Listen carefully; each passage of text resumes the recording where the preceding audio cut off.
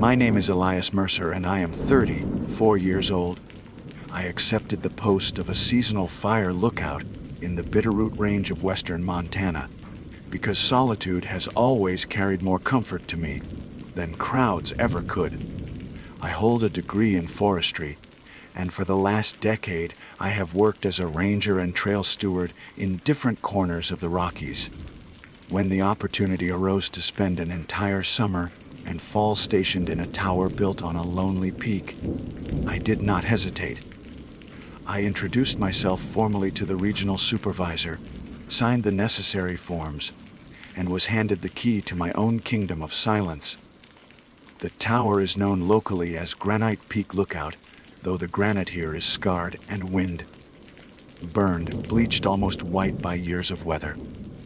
From its deck you can see ridges stack into one another like waves frozen in motion, forests blackening into blue with distance, and at night, stars spilling without end.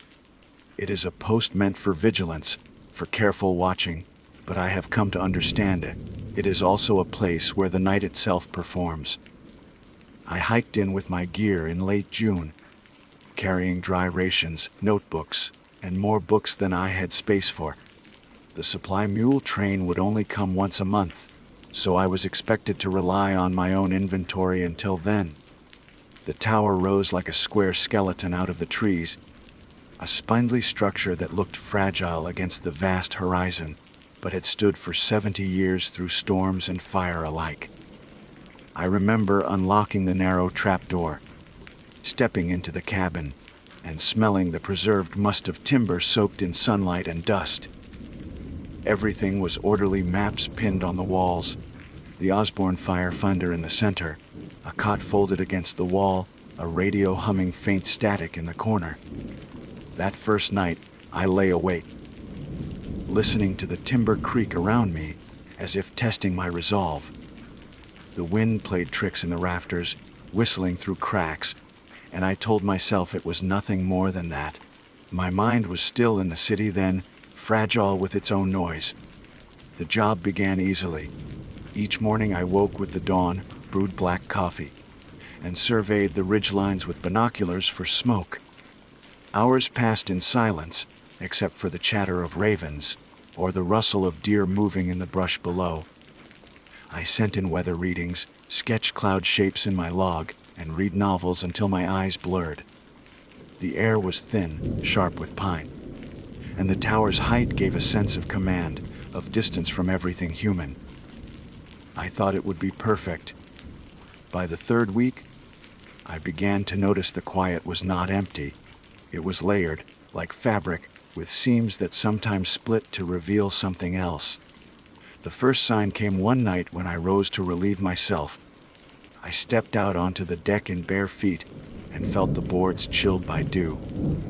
The valley below was shadowed, pine tops, black spires. Then a sound reached me, voices. Not one, not two, but a whole crowd murmuring as though at a gathering. The voices rose from the forest basin, faint but distinct, carrying cadences like conversation. I gripped the railing, straining to listen, but no words resolved. The sound moved slowly upslope, rippling through the trees, and then stopped all at once. Silence pressed harder than before. I waited for the wind to explain it, but the branches stood perfectly still. When I reported the incident to myself in the log the next morning, I wrote only, heard voices, likely wind. I underlined it twice. By July the days stretched hot and long. Heat shimmered off granite. Storms blossomed and withered on the horizon, and my skin darkened to leather. But each night carried a peculiarity. Sometimes it was footsteps circling the base of the tower, crunching deliberately on the gravel I had not laid. Sometimes it was light, tiny points, like lanterns, gliding through the forest in formations too regular to be fireflies. I began to leave the lantern burning low on the desk through the night, though it attracted moths that slapped against the glass in frantic waves. My radio chatter with other lookouts did not help. A man stationed 60 miles east mentioned, half joking, "You'll see things up there. Nights get long." I laughed back, but did not explain what I had already seen. Midway through July, a storm rolled in late. The air pressed thick, charged, and the horizon stitched with veins of lightning. I sat at my post, marking each strike, when the radio crackled. It wasn't dispatch. It wasn't another lookout.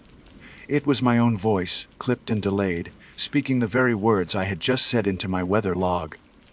Southwest strike, ridge 3 miles. Then silence. My pen stopped. I called back into the radio, demanded if anyone had patched my line, but static hissed only. My heart beat too fast and I tasted iron. I did not sleep that night. Instead, I wrote in my logbook until dawn, as if my handwriting could anchor me to myself. The pattern of nights shifted after that. The strangeness became bolder. I found handprints on the outside of the glass one morning, streaked with condensation from within. They were smaller than mine, narrow palms with long fingers, as though a child had pressed against the pane while I slept. I checked the ladder, the trapdoor, the locks. Everything was secure, and yet the prints remained until the sun burned them away. Another evening, I set a mug of water on the sill. Hours later, when I reached for it, the water was gone, the mug dry as if it had not held liquid in days. I accused myself of misremembering, of being too isolated, too imaginative. But the entries in my notebook grew longer, more frantic, each sentence a question. I began to dream differently. Dreams where I was not myself, where I looked out from behind the glass of the tower, but saw the deck empty, my cot vacant. Dreams where the forest swayed in one motion, every tree bending as though inhaling at once, and I felt myself bend with it. The dreams left residue. I would wake to the smell of smoke though no fire burned, or to the scrape of fingernails on the wood below. Some mornings I thought I could hear the echo of my own name, threaded through the whisper of the wind, too exact to dismiss. One night, toward the end of July, I climbed down the tower to stretch my legs. The moon was high, silvering the pines. I walked a short loop around the clearing, checked the fuel shed, the water barrel. As I turned back toward the tower, I froze. There was someone on the deck. A dark figure stood outlined against the lantern glow inside, motionless, hands resting on the rail. My breath locked. I counted the rungs as I climbed, each one trembling. When I reached the deck, the figure was gone. The lantern still burned. The trapdoor was bolted from the inside. I entered, shut everything, and sat awake until sunrise. I did not write that encounter in the official log. I wrote it only here, privately, to acknowledge it happened. August crept in, and with it, a sense of dread I could not shrug. Each night had its own theater, its own display. Some were subtle, whispers, the brush of shadow. Others were direct. One night the door rattled violently, hinges shrieking, though the air outside was calm. Another, the radio spat out static shaped into words. "We see you." I abandoned my cot for the chair beside the fire finder, sleeping upright with an axe propped near. My reflection in the glass began to look unfamiliar, thinner, eyes ringed with shadow. Sometimes the reflection lingered a half-second longer after I turned away, as though reluctant to give me back control. Still, I remained. A lookout is sworn to his post, sworn to watch for fire. The forest depended on me, or so I believed. Yet the nights began to feel less like shifts, to endure and more like tests, as if something in the mountain gouged whether I was worthy to watch at all. I tried to reason the wind. Fatigue, the mind under strain. But reason frayed when I realized the murmuring crowd in the valleys had begun to chant in rhythm with my heartbeat. I write this account with a full recognition of how it may read. Paranoia, exhaustion, imagination. Yet the experiences are as tangible to me as the rough boards beneath my palms. I am Elias Mercer, fire lookout of Granite Peak, Montana. My duty is to watch, but what I watch is no longer limited to smoke and flame. The nights are strange here, and they have only begun to show their teeth. By the first week of August, I found myself counting the hours until sundown with dread. The daylight was still mine, filled with the order of measurements, compass bearings, and smoke reports. But night had become a country I entered unwillingly, a place governed by rules I hadn't been given. Even before the sun touched the horizon, the forest would begin to change character. The stillness wasn't natural, it was curated. Birds stopped mid-call, leaving unfinished notes hanging in the air like dropped threads. Chipmunks froze mid-scurry. It was as if every creature that lived here received the same order to hold its breath. That left me alone with the waiting. On one of those nights, lightning spidered across the western sky without thunder. I sat on the deck, my eyes fixed on the ridges where the strikes split rock in silence, and I caught a movement far below. A single light flickered, weaving between tree trunks, not fire, not headlamp, but something slower, steady, as though carried at shoulder height.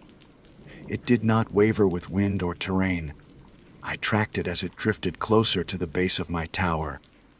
I leaned over the railing, waiting to hear crunching gravel or the scrape of boots. But when the light reached the clearing, it blinked out.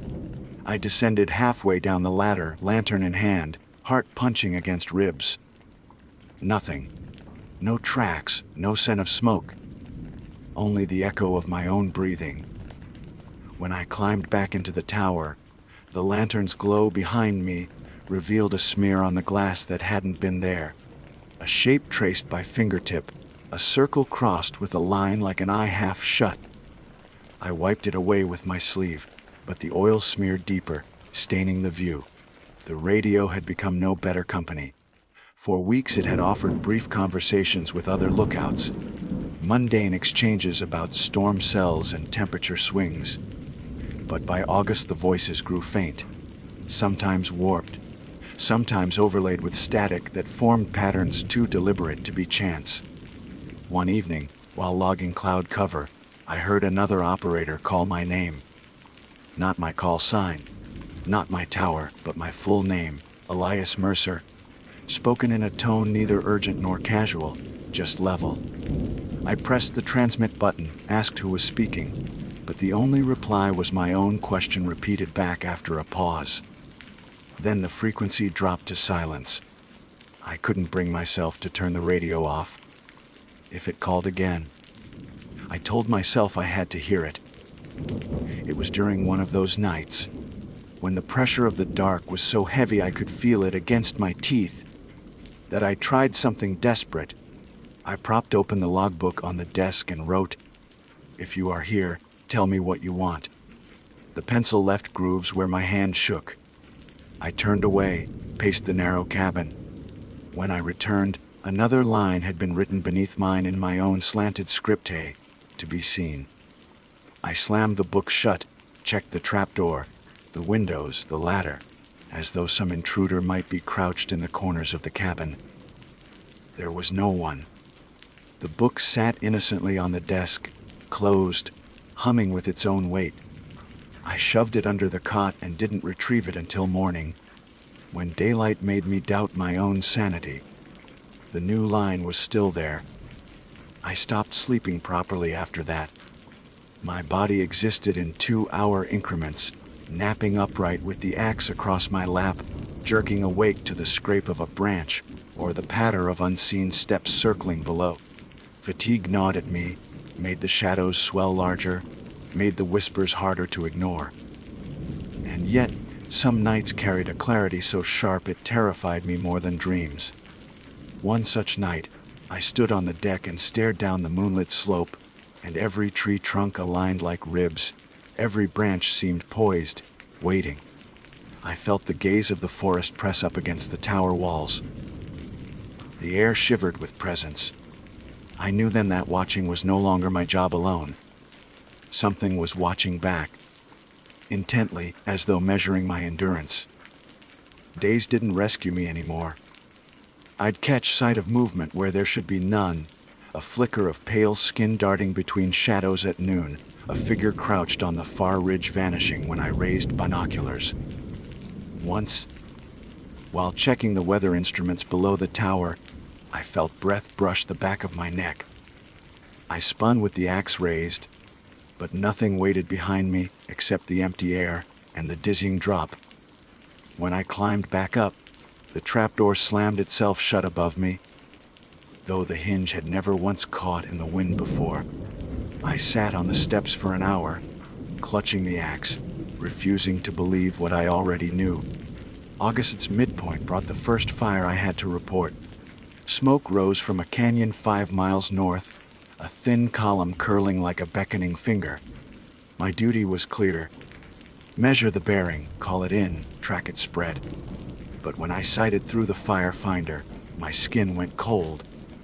The smoke column didn't waver or spread like normal fire. It coiled upward in perfect spirals, steady as a drill, and at its base the forest looked untouched. No glow, no char. I reported coordinates anyway. Dispatch confirmed they'd send a patrol. The next day they radioed back, nothing found, no burn scar, no evidence. They asked if I'd been reading mirages. I said nothing, but in my logbook that night, the response appeared beneath my last line in the same hand as before. Now you see us. Every evening felt like a test of willpower after that. Sometimes the visitors, if that's what they were, would keep to the periphery, shadows pacing at the edge of my lantern's reach. Other times they pressed closer. I woke once to the cot sagging, as though another body lay down beside me, though the room remained empty. Another time, the deck creaked with the measured rhythm of footsteps, circling until dawn. My mind frayed with questions I didn't want answered. Were these human, spirits, something older, or worse? Something that had no concept of humanity at all, only of curiosity. The moment I realized the mountain had no intention of letting me leave came late in August. Supplies were due, the mule train scheduled for the third morning. I rose with the sun, prepared the rope haul, stacked empty crates on the deck. Noon came, then dusk, then midnight, but no supplies arrived. The trail should have echoed with hooves, the air with the jangle of bells. Nothing. I radioed dispatch, but the line hissed empty. Not even static this time. The next morning I hiked a half-mile down the trail, expecting to meet them, but the path ended abruptly at a wall of pines. Trunks jammed tight as if they'd grown overnight to bar the way. I hacked at them with the axe until my arms shook, but each cut released no sap, no scent of pine, only dust like ash. I turned back, throat dry, realizing the tower had become not just my post but my prison. When I returned to the cabin, another message awaited in the logbook. Stay. The nights are not finished. That night, I sat awake with every lantern burning, casting the cabin in harsh, overlapping shadows. My reflection multiplied in the glass until it looked like I was crowded by a dozen versions of myself, each tilting its head at a different angle. They began to move with slight delay, just fractions of a second, enough to notice.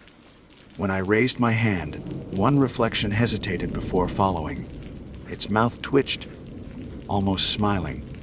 I doused the lanterns in panic, preferring the dark to the false company of myself. The next morning, the forest looked unchanged, sunlight draped in clean gold.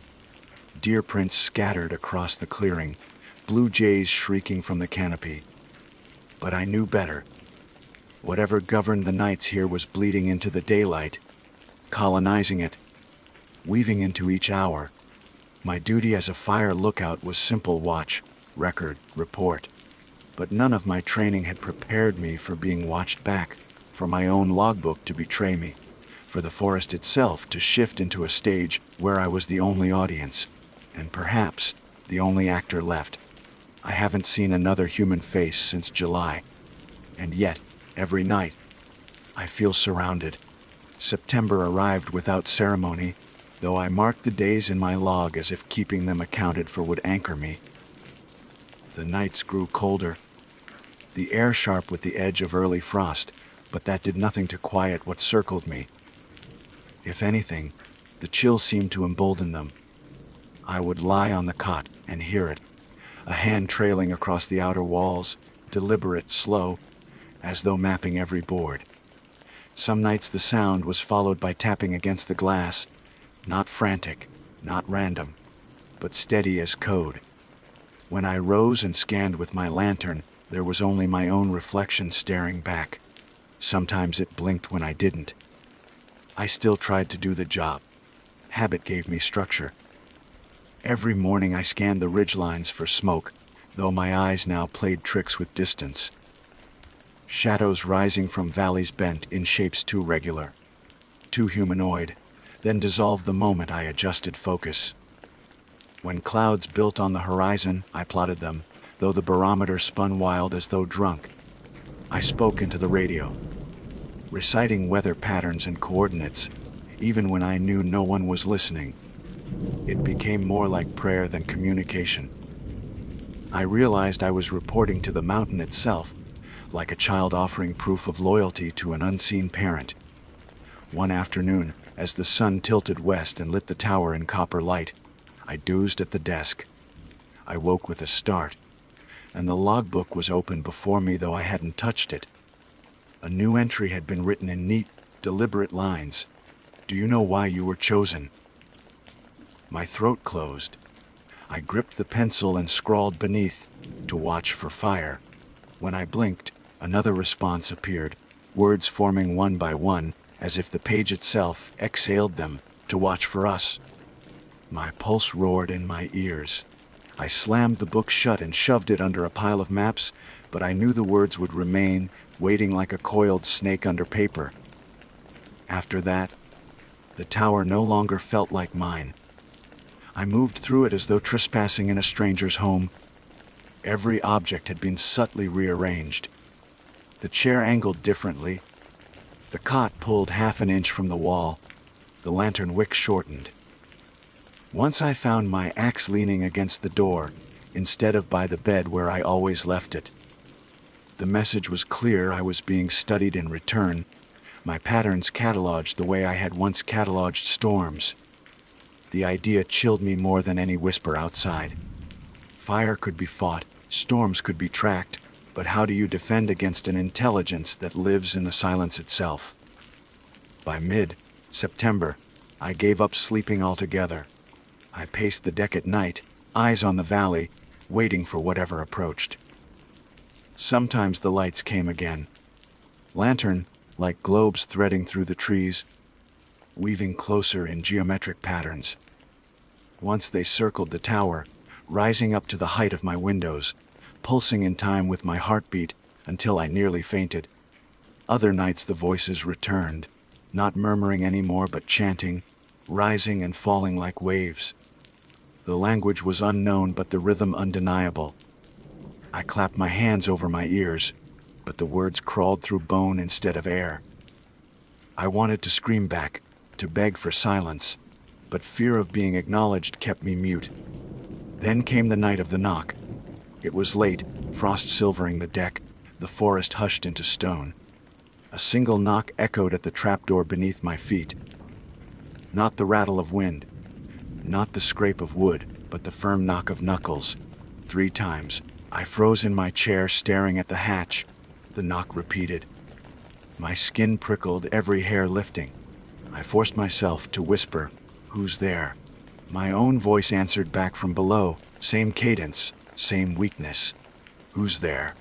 I sat rooted, heart hammering, until dawn smeared light across the horizon. When I dared to look, the trapdoor bore fresh scratches, concentric arcs like nails dragged outward. I thought of leaving then, abandoning my post, hiking down no matter what path the forest had sealed. But each time I gathered my pack, I would glance out the window and see movement blocking the trail. Figures standing among the trees, indistinct but upright, patient.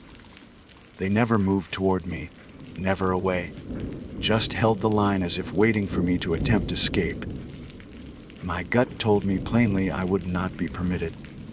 And some traitor inside me admitted I wasn't sure I wanted to leave anymore. Curiosity had rooted itself deep. I had begun to wonder what would happen if I stayed long enough, if I allowed the nights to finish their lesson. The turning point came on the autumn equinox. The day felt heavy, light slanting differently, the air hungrier. I logged the date as usual, but my hand cramped so hard the numbers warped. At sunset, the forest erupted with sound unlike anything before. Every branch groaned, every trunk shuddered, and a chorus of voices rose not from below but from within the tower itself. I staggered back, clutching my ears, but the sound pressed through flesh. My lanterns guttered out though no wind touched them. In the dark, the glass walls of the cabin filled with faces. Hundreds, maybe thousands.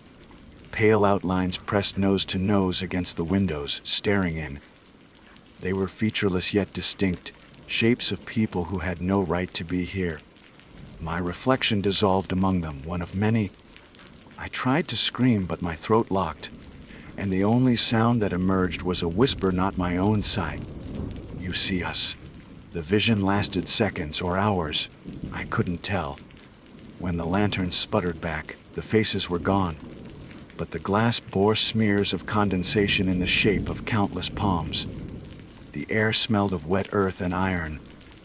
I collapsed on the floor, body racked with tremors, tears cutting through the grime on my face. I don't know how long I lay there, only that when I rose, dawn was already burning pale on the horizon. My logbook sat open, a single line written across the fresh page, almost finished.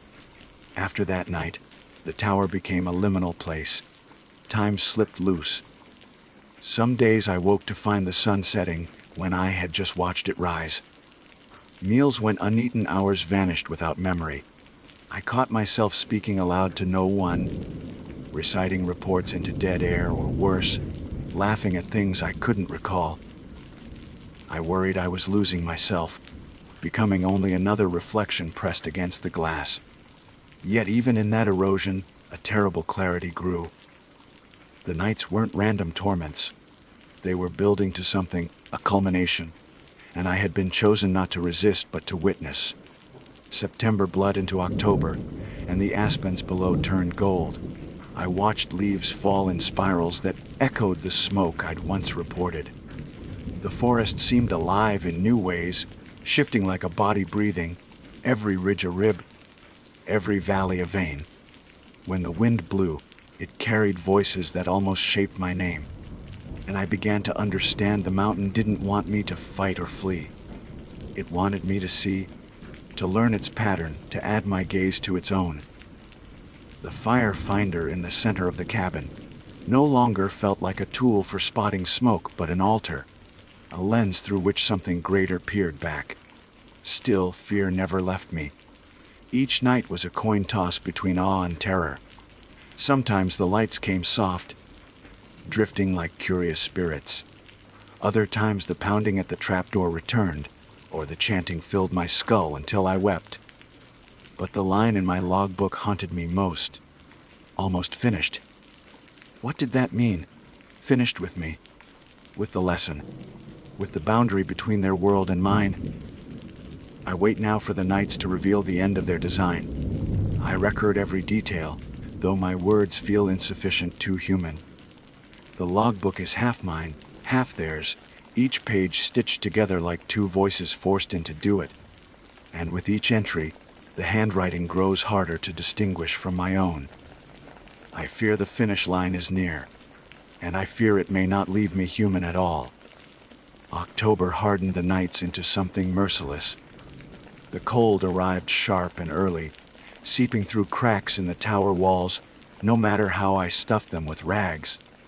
Frost rimed the windows, blurring the tree line below, and yet I would wake to find clear prints in the condensation palms, fingertips, sometimes the shape of a face pressed against the glass from the outside.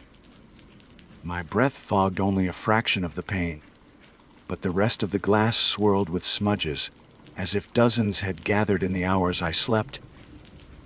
I started to leave the lantern burning bright, hoping light might repel them. It didn't. If anything, the glow seemed to draw them closer, their shapes thickening in the reflection until I could swear I saw shoulders, rib cages, jaws straining at the edge of visibility. The logbook became less mine each day. Where once my handwriting dominated, now entire passages appeared without my touch. Looping script too perfect to be human. We watch through you. Your eyes are ours. Stay until the night finishes breathing. The words unnerved me, but worse was their accuracy.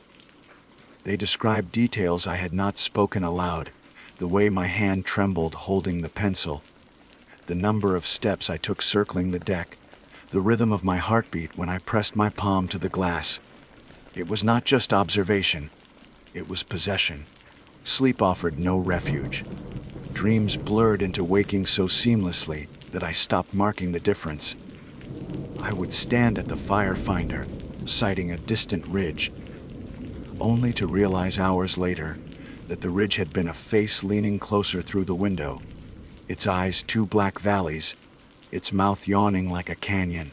Sometimes I would dream of fire, towers of smoke spiraling, flames racing down ridgelines. But when I opened my eyes, I still smelled the burn. Still felt heat against my cheeks, though no fire scarred the forest below. I began to wonder if I was being shown futures, or fictions designed to keep me pliant. Then came the first night the tower itself breathed. It started subtle, the boards beneath my feet rising and falling in rhythm, the walls creaking not with wind, but with a slow inhale and exhale. I pressed my ear to the floorboards and heard it clearly, the hollow rush of lungs pulling air. My chest tightened, my own breath sensing against my will, until I felt myself suffocating when the tower paused. I staggered to the deck, gasping, but the rhythm carried through the wood into the railing, into the ladder, into the very mountain below. For one terrifying hour, I was trapped in the lungs of something vast and unseen, forced to breathe on its command. When at last it released me, my throat was raw, and my chest ached as though I had coughed smoke for days. I thought of writing an official report, forcing myself to sound rational, to frame this madness as atmospheric anomaly. But every time I tried, the words bent beneath my hand, shifting mid-sentence into their own messages. Almost finished. Almost finished. That phrase repeated on page after page until I tore sheets from the log and burned them in the lantern flame. The smoke carried a stench not of paper, but of flesh. I nearly vomited. Yet even as the ashes fell, the logbook replaced the pages, whole again the next morning. The supply train never came. I stopped expecting it. My rations dwindled, cans rattling light as I stacked them back on the shelf. Hunger gnawed, but even when I forced beans into my mouth, the food tasted wrong, like soil, like rot. Some nights, though, I felt full despite not eating, as if the act of enduring the tower's breath fed me in ways I couldn't understand. My body thinned, my reflection sharpening in the glass until my cheekbones looked like the ridges below, and my eyes sank hollow as valleys. Yet my strength held. That was the most frightening part. I was wasting and thriving all at once. By mid-October, the forest stopped pretending to be ordinary. I looked out one morning and the tree line had rearranged itself into a spiral, trunks bending inward to form a vast pattern, like the whorl of an eye staring up at the tower. The next morning, the spiral had vanished, replaced by perfect rows as though planted by hand. I would blink, and the pattern shifted again, the whole forest reconfiguring with each glance. I stopped trusting my eyes, but the logbook confirmed what I saw, sketching diagrams in precise ink. This is the order. This is the shape you must learn. The voices grew clearer too. Where once they had murmured, now they called me by name, each syllable stretched, echoing, Elias drawn long like a thread pulled taut. Sometimes they came from the valley, sometimes from the deck itself, whispering through the slats as though lips brushed the wood. One night, they coaxed me so insistently that I descended the ladder halfway, lantern in hand, just to prove I wasn't their puppet. At the base of the tower, the voices hushed. The clearing was silver with frost. I swung the lantern in wide arcs, my breath steaming. That was when I saw them. Not faces, not shadows, forms. Tall, spindly figures with limbs too long, their bodies bending like trees caught in wind that didn't exist.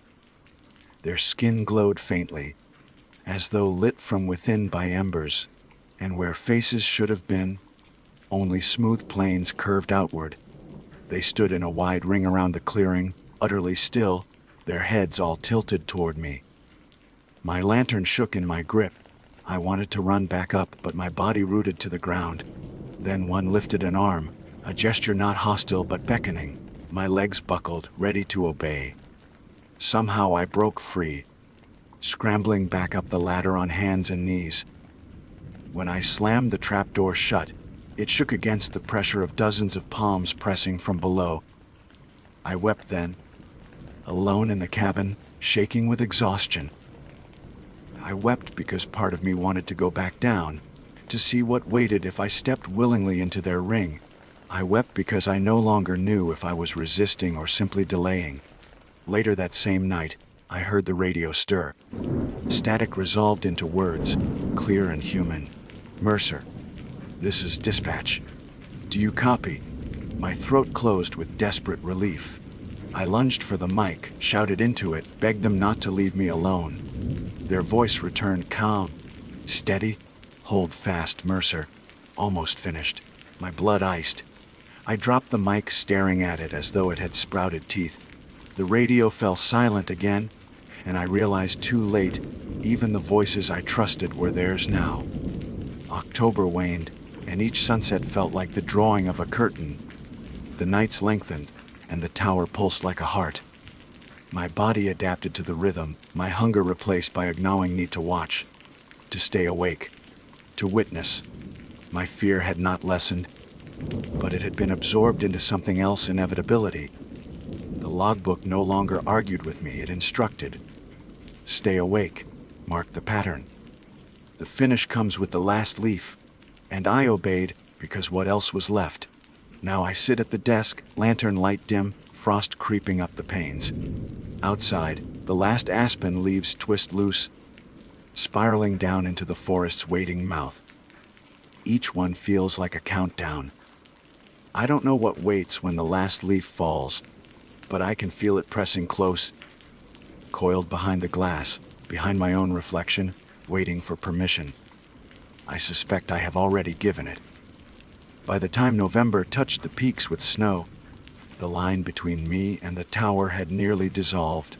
I no longer thought of it as a structure of beams and nails. It had become bone and sinew, ribs arching over me, lungs drawing my breath, eyes opening wherever glass reflected. I stopped calling it the lookout. In my logbook, I began calling it we. The last leaves fell in the first week. I watched the final aspen spiral down in the twilight. Gold turned to dull brown against frost. The moment it struck earth, the forest exhaled. I heard it in every direction. A long sigh that bent the branches, rattled ice loose from needles, and shook snow down in a flurry that glittered like ash. The sound carried through the tower beams, through my ribs, until I was sure the breath was mine. In its wake came silence, but not the natural kind. This silence pressed so hard it buzzed against my teeth, and within it I could hear my own blood pounding like a drum. I thought, this is it. This is the finish. But the night stretched long, empty, unbroken, as if the forest were waiting for me to move first. The next day, the horizon burned. At first I thought it was sunrise, but the light came from the north, not the east. I swung the firefinder toward it, expecting smoke, but what I saw froze me. A line of flame advanced across a ridge, orange tongues licking skyward. But the fire wasn't consuming anything. The trees remained whole, their branches unburned, even as the blaze devoured them. The fire marched forward without fuel, a wall of pure heat. I radioed a report out of habit, my voice hoarse, but no reply came. The logbook, however, had already written the entry for me. The fire is us opening our eyes, I knew then there would be no rescue. No patrol, no mule train, no dispatch voice breaking through static. The world beyond the tower had receded, leaving only this mountain, this forest, and the thing that lived inside it. I tried to imagine running, forcing myself down the trail despite the watchers, pushing until I collapsed. But each time I pictured it, I saw myself turning back, feet carrying me home to the tower without hesitation. The thought brought me no comfort. That night, the faces returned to the glass. Not pressed against it this time, standing behind my reflection. Dozens, then hundreds. Pale shapes layered over my own image until I couldn't tell where my body ended and theirs began. I lifted my hand, and the glass filled with other hands rising in unison, a field of limbs moving with mine. For a moment, I felt unity, a terrible, beautiful unity. And then one face lingered longer than the rest, not fading with the others. Its features sharpened, eyes hollow and deep, mouth wide, jaw unhinged. It leaned forward against the glass until I thought it might slip through. I stumbled back, knocking over the lantern. Flame guttered across the desk, and for one insane instant I considered letting it burn, letting the tower catch so the forest would take me in fire rather than shadows. But the flame sputtered out as though smothered by unseen lips. Smoke rose, and the logbook fluttered open, words appearing in the margin not yet. I began speaking to them aloud then. It felt inevitable. I would pace the deck at night and whisper questions into the dark. Sometimes the forest answered in sighs, in creaks, in voices that used my tone. Sometimes the logbook replied. Other times, silence hung heavy, punishing. The more I spoke, the less I recognized my own voice. My words stretched, bent, took on cadences not mine. Almost finished. I found myself muttering without realizing. I scrawled it across scraps of paper, the phrase looping until the letters no longer resembled language. Hunger had left me completely. I could go days without touching the canned food, and still I felt sustained, though my body was gaunt, bones jutting beneath skin. My eyes ached constantly, but when I closed them, light spilled across the dark like veins of fire.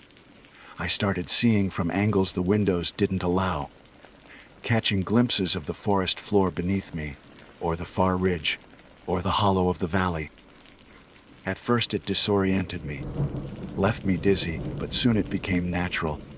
The mountain was teaching me to see as it did all at once, from every side. The tower itself shifted too. Boards no longer aligned the same way each morning. The ladder tilted, as if the bones of the structure grew overnight. The cabin felt larger inside than out, the walls stretching, corners leaning farther away when I reached for them. Some nights I walked circles around the room, until I couldn't find the cot, though it had been only a step behind me. Other times the trapdoor opened onto nothing, no ladder, no clearing, only endless black dropping away. I slammed it shut, chest pounding, certain that if I lingered too long I would step willingly into that dark and never return. Then came the night the radio spoke again. I had stopped touching it, afraid of what voice might echo, but the static roared to life unbidden, louder than before, and through it came a woman's tone, warm, measured. Mercer. Elias Mercer. You've done well. My hands shook, hovering above the mic. The voice continued. You were chosen to watch. You've watched. And now, we ask you to open. I croaked into the receiver. Open what? The reply came without pause. Yourself. The radio went dead. I sat for hours, staring at the black box, terrified of what it meant and more terrified of how part of me understood exactly. By late November, snow buried the clearing, yet I felt no cold. I would step onto the deck barefoot, frost cracking beneath my skin, and feel only warmth radiating from within the mountain. The watchers stood among the trees in greater numbers, their forms clearer now, towering, thin faces still blank but posture unmistakably expectant. They no longer vanished when I looked. They stood openly, patiently, waiting for the finish. I tried shouting at them once, voice breaking against the silent air. "What do you want from me?" The answer came not from them, but from every surface of the tower vibrating at once. "To see through you." The logbook grew full, its pages stretched endless, new sheets appearing each morning, already half filled. My handwriting and theirs blended until I could no longer tell where my thoughts ended and theirs began. I stopped resisting, stopped striking out the lines I hadn't written. I let them flow, a chorus of watchers stitched into paper. Some entries described things I had never seen, storms hundreds of miles away, fires that burned centuries before, faces of lookouts who manned this tower long before me. I realized then that I was not the first. Others had sat here, watched, endured. Perhaps they had finished their witnessing, folded into the mountain, left behind only pages that now lived in my log. One evening near the end of the month, I looked into the glass and saw not myself but another man, older, gaunt uniform decades out of date. His eyes met mine with wary recognition, and he raised a hand as if in salute. I raised mine back, breath trembling. Then his reflection stepped backward into the forest of other faces and vanished. The glass showed me again, but I no longer trusted it. How many lookouts had been absorbed here? How many had become the watchers I now glimpsed in the snow? And yet, dread no longer consumed me. What filled me instead was surrender. I was past the point of escape, past the illusion of choice. My post had never been about fire. It had always been about this, about holding vigil until the forest decided I was ready. Ready for what? I still didn't fully know. But as December neared, the phrase appeared bold across the latest page. Tomorrow, the finish. I closed the logbook with trembling hands. I blew out the lanterns, and I sat in the dark, listening as the forest drew its breath, waiting for me to open. The final day began without sun. I woke into a lightless sky, a dim gray that pressed against the windows as if dawn had been smothered. Snow had fallen in the night, heavy drifts swallowing the clearing, but I could see the line of the watchers still standing among the trees, their tall bodies stark against the white. They did not move, did not waver. They were waiting, and I knew they were waiting for me. The logbook lay open though I hadn't touched it. One line stretched across both pages, the ink blacker than night today, the finish.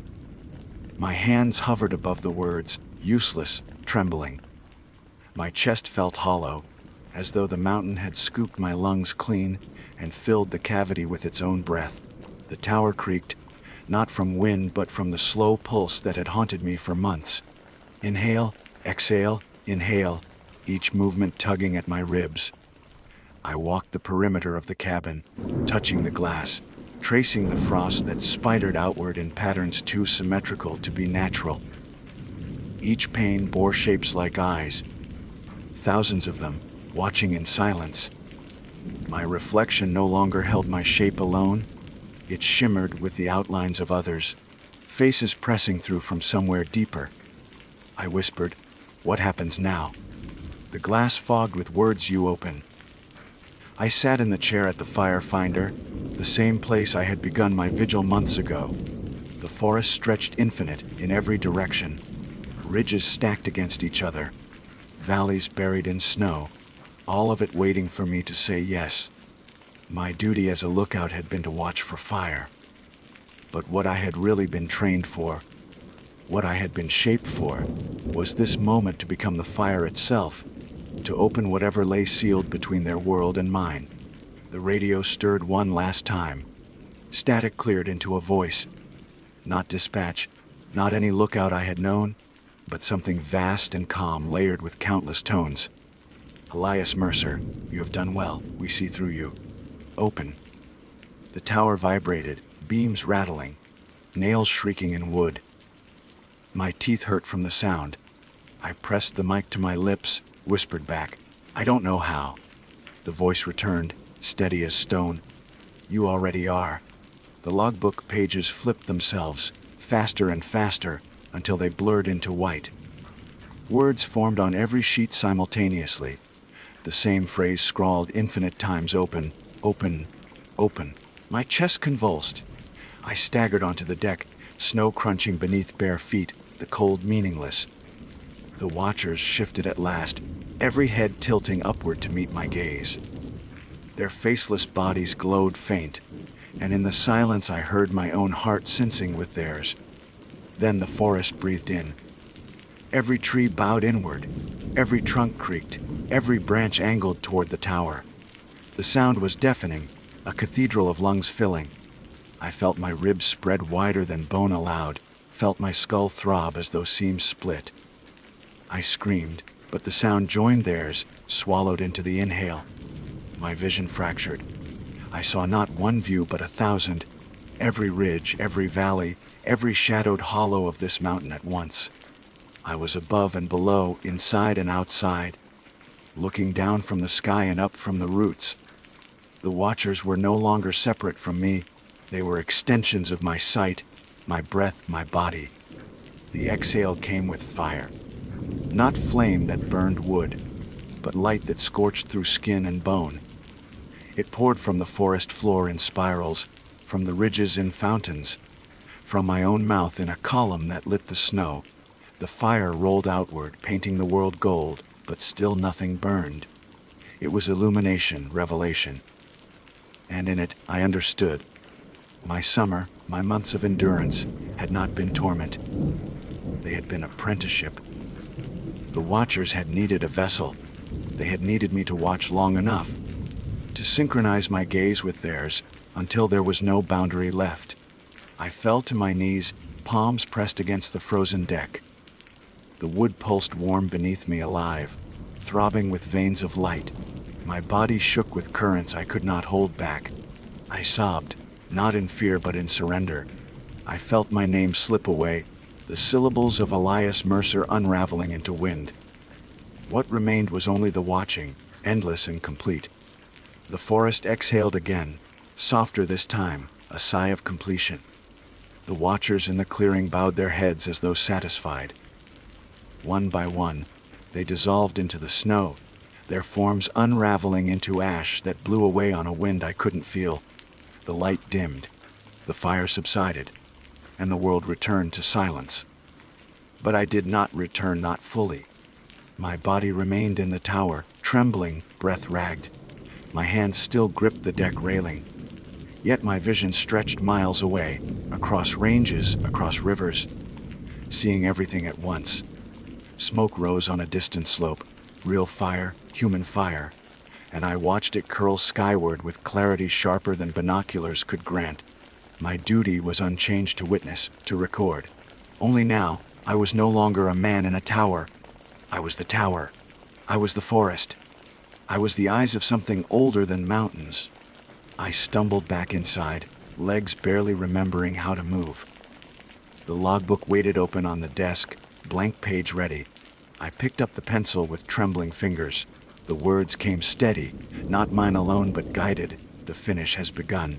We see now. We see always. My handwriting blended into theirs until no distinction remained. Page after page filled, and I did not need to read them. They were not for me anymore. They were for whoever came next. As night closed in, I lay on the cot, staring at the ceiling beams. The tower breathed gently, in rhythm with me, or perhaps I with it. The silence was no longer oppressive. It was womb-like, endless. Outside, the snow glittered in the faint starlight, and though no figures stood among the trees, I felt them everywhere. They no longer needed to show themselves. They were in me now. I thought about the next lookout who might be sent here, someone young, eager, thinking solitude was peace. Would the mule train ever come again? Would dispatch ever speak to them honestly? Or would the forest wait patient until another set of eyes arrived to be trained, until another name was recorded in the endless log? The thought no longer carried pity, only inevitability. This is how it has always been. This is how it will always be. The night deepened. My eyes closed, but sight remained, stretched across ridges, valleys, flames, shadows. Sleep and waking no longer mattered. I had opened, I had finished, and in the finish I had become endless. I am Elias Mercer. I was a fire lookout in Montana.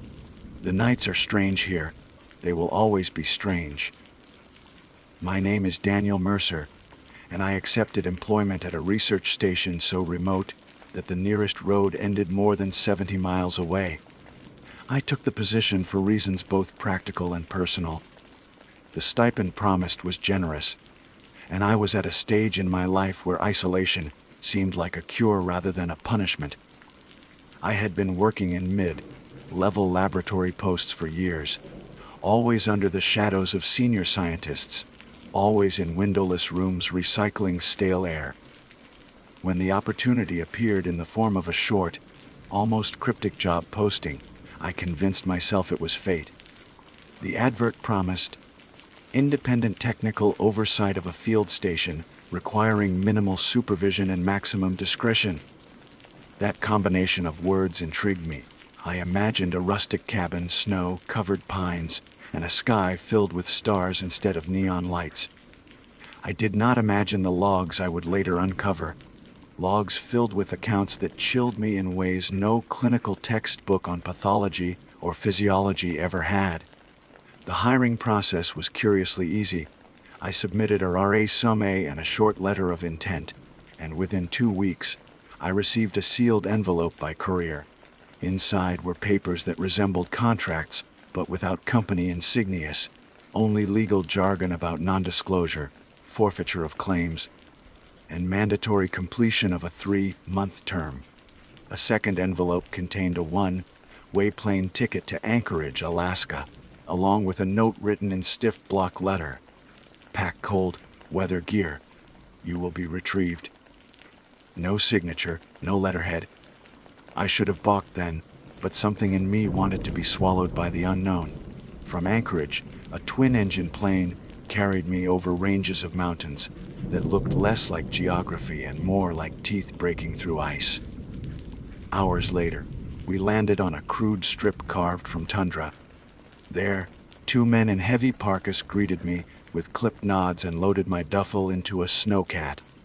They never offered names, nor did they answer questions beyond monosyllables. We traveled across a white void that dissolved horizon from sky until at last, structures emerged, low buildings half buried in snowdrifts, their metal siding dulled by constant wind. This was the station, my station now. Inside, the air carried a smell of machine oil, melted frost, and something faintly metallic. The main corridor led to a central hub with doors branching to laboratories, sleeping quarters, and storage. The men who escorted me offered no tour. One pressed a keycard into my palm. Another pointed toward a door marked technician quarters, and then they departed without ceremony, the snowcat fading back into the emptiness. I was alone. For 2 days I occupied myself with ordinary acclimation.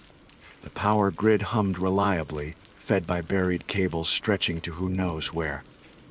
Water cycled from tanks and filters. Food supplies, mostly freeze, dried packets and canned goods, were stocked to abundance. I inventoried equipment, checked logs on the computers, and settled into the rhythm of a caretaker. At night, the wind thrashed against metal siding, creating the impression of claws dragging across the walls. I told myself it was only the storm. On the 3rd evening, while exploring storage, I discovered a door I had not noticed before. Unlike others, it bore no label, only a keypad lock smeared with frost. I pressed numbers at random. To my surprise, the panel flashed green and clicked open, as if security were no longer a priority. The room beyond was warmer than the rest, lined with file cabinets, and a single terminal glowing with residual power. Across a desk lay a binder marked, "Final logs. Do not alter." My breath caught, because the word "final" suggested endings, and endings meant abandonment, or worse. I carried the binder to my quarters, heart hammering with a curiosity I could not resist. The first entries were dated 18 months earlier. Handwriting varied, sometimes neat, sometimes trembling, but the names repeated: Dr. Whitaker, Dr. Han, Dr. Petrov, and others.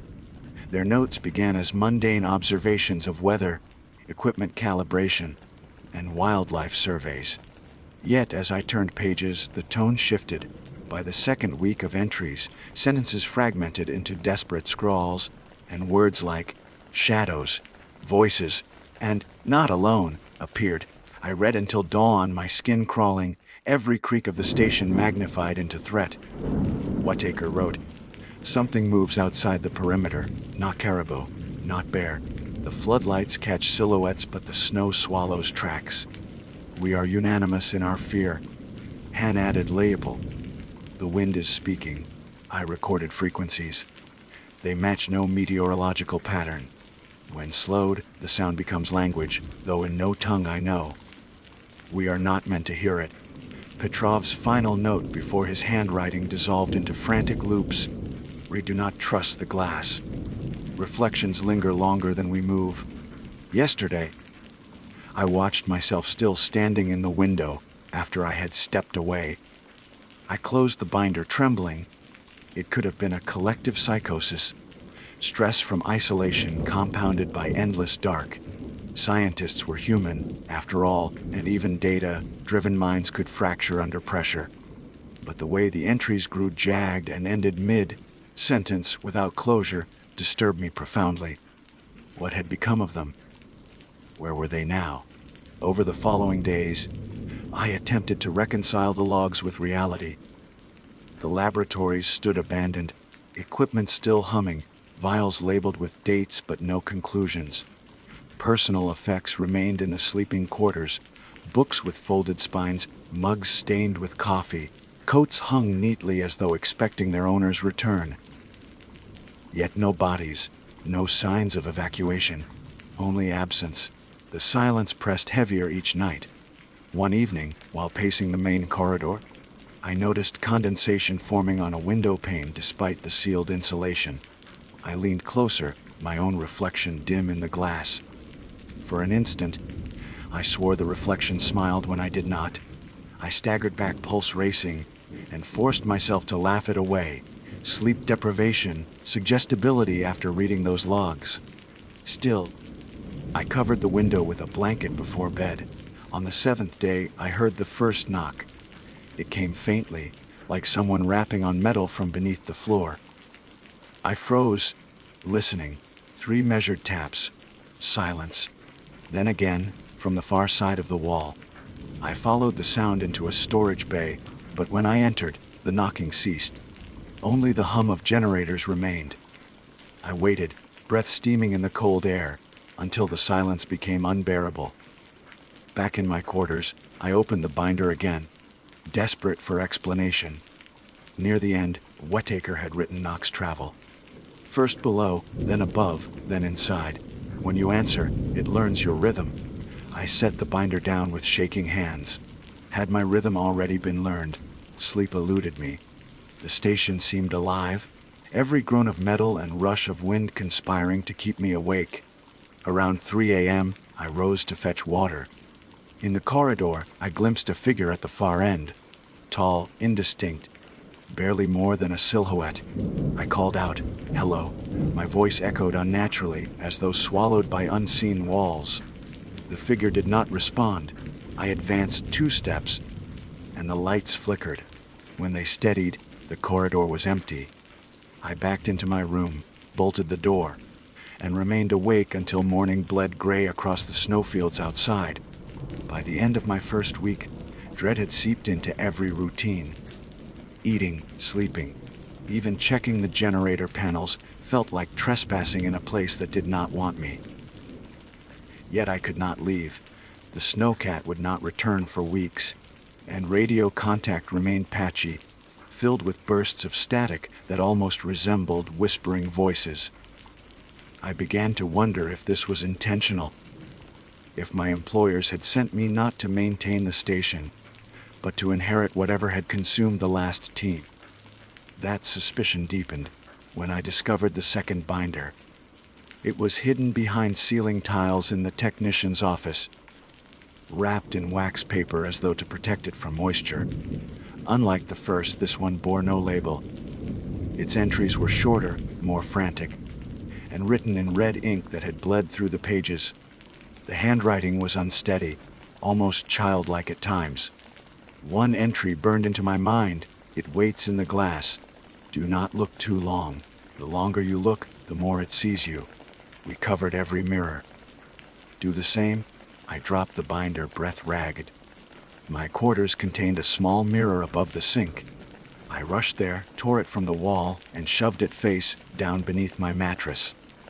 Still, I could not shake the sense that I was already seen. As days passed, small anomalies multiplied.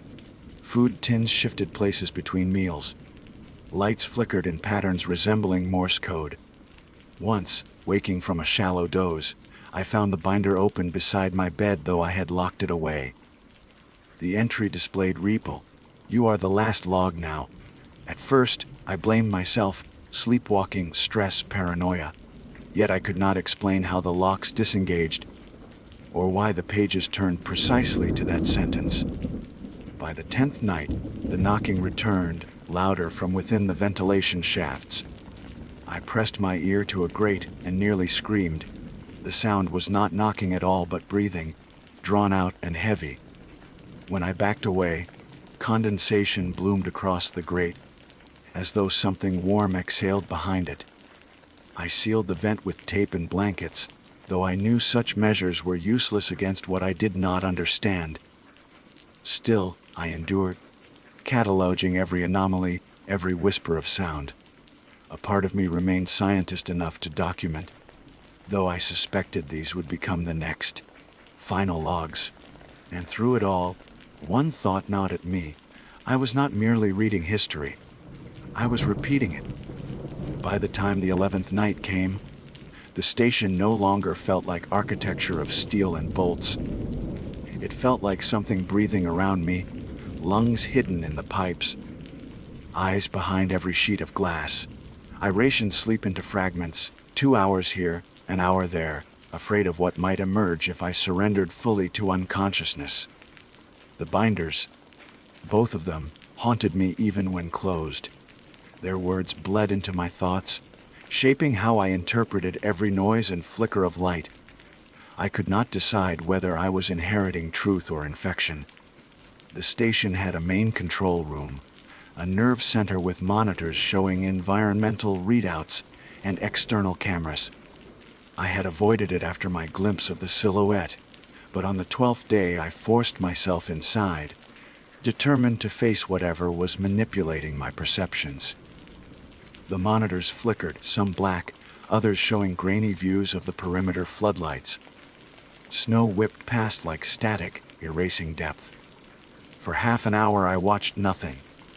Then one of the monitors shifted. A shape stood at the edge of the floodlight's reach, tall and narrow, too still to be an animal. The resolution was poor, but the outline suggested elongated arms that hung well past the waist. My pulse slammed in my ears. I leaned close, and as though sensing me, the shape turned. There was no face visible, only a void where features should have been. Yet somehow, impossibly, I knew it was looking directly at me. I jerked backward, knocking over a chapel. When I righted myself, the screen was snow again, no figure visible. But in the corner of the monitor, faint as frost-etching glass, a message scrolled, "Hello, Downal." I tore the plug from the console, plunging the monitors into darkness. The room hummed with residual power, but no screens flickered back to life. I staggered into the corridor, every hair on my arms standing as if charged by invisible current. How did it know my name? None of the logs had mentioned me, and no one here had spoken it aloud. Unless the station itself had been listening all along. That night I dreamed, or thought I dreamed. I walked the corridors, but they were longer than physics allowed, stretching into horizons of flickering light. Every door opened into the same room, my quarters, with the mirror propped upright on the mattress. I tried to cover it, but the reflection showed me standing in places I had not gone. Outside in the snow, inside the ventilation shafts, crouched at the end of my own bed watching myself sleep. I woke gasping, fingernails dug into my palms so hard they had drawn blood. The mirror remained under the mattress where I had hidden it. Still, I could not shake the certainty that it had been watching. I decided to keep a written journal of my own, separate from the binders, to prove later that my perceptions had continuity. If my handwriting degraded, if my sentences fractured like theirs, I would at least know the progression.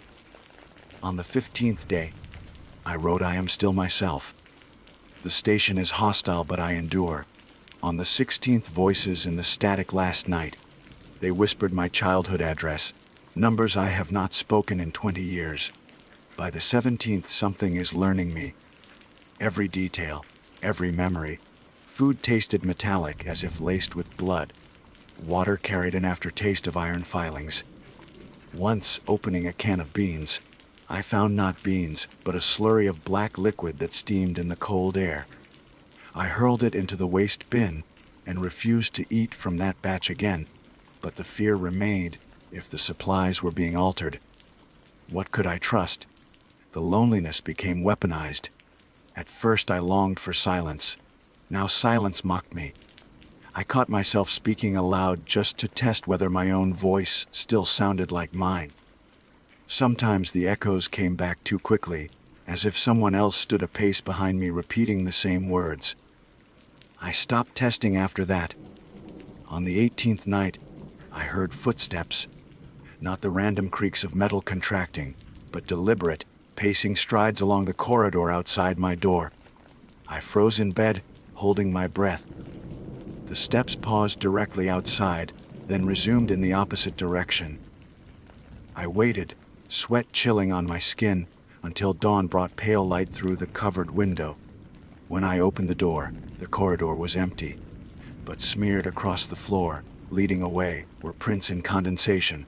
Not boot treads, not paws, but long, skeletal shapes like fingers pressed into steel.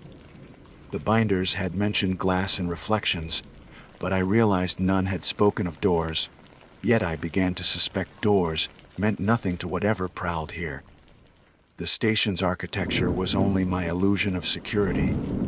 On the 20th day, I ventured outside. The cold was knives against my face, air so sharp it stung the lungs. The floodlights loomed on high poles, their beams diffused by snow.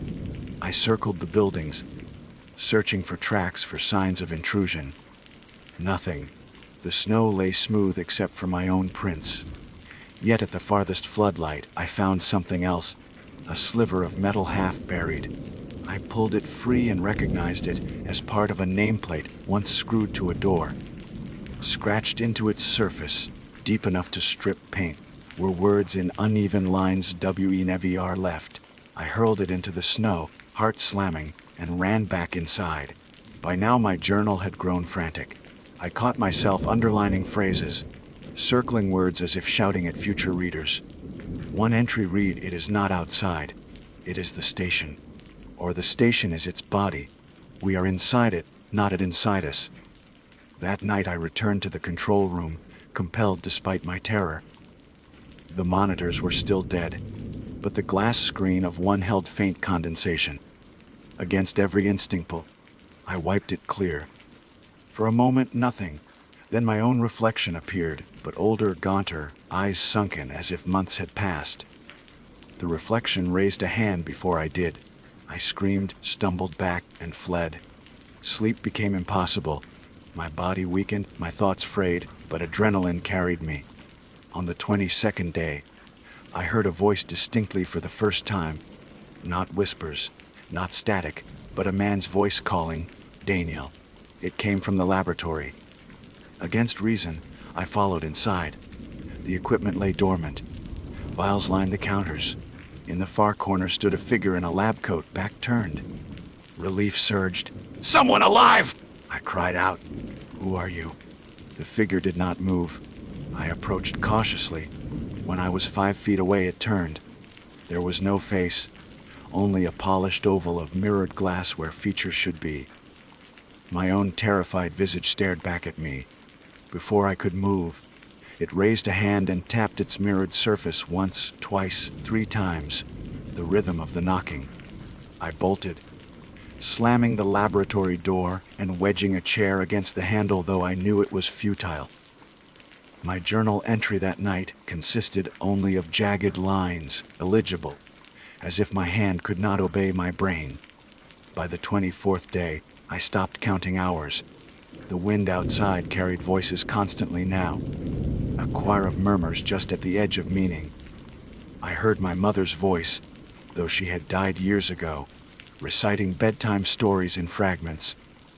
I heard my own voice reciting scientific jargon I had written in reports long forgotten. It knew everything. I considered destroying the binders, burning them, but fear restrained me. They felt less like records and more like anchors, keeping me tethered to sanity. If I destroyed them, perhaps I too would vanish like the team before me. Instead, I added to them. On blank pages at the back, I wrote my observations, my terror, my suspicions. Maybe that was what the phrase, "You are the last log now," had meant. On the 25th day, something knocked on my door. Not metal on metal this time, but knuckles. A polite human knock. I whispered without thinking, "Who is it?" Silence. Then my own voice answered from the corridor. "It's me. Let me in." I pressed my back to the wall, heart a drum. The voice repeated, calm, insistent. "It's me, Daniel. You're tired. Let me in." I stared at the door until tears blurred my eyes. When dawn came, the voice had gone, but the doorknob bore smudges like prints, too long, too thin, glistening as though wet. That morning, I wrote in the binder, "If I let it in, I become the next scientist lost. If I do not, it will find another way." The logs never ended because they never could. I am writing this now with hands that shake so badly the letters blur. I do not know how many days remain before the snowcat is meant to return, if it ever will. I only know that the station hungers, and I am the meal being tenderized by people. Yet some stubbornness keeps me alive. I ration food, I check generators, I walk corridors with a flashlight that barely cuts the dark. Each action is a denial, a refusal to surrender. But every time I glimpse my reflection, every time I hear the knocking rhythm, I feel the denial thinning like ice underfoot. And tonight, as I close this entry, I hear something new, the sound of pages turning in the dark, though the binders lie closed on my desk. Something is reading with me. The sound of pages turning in the dark did not stop when I froze, listening.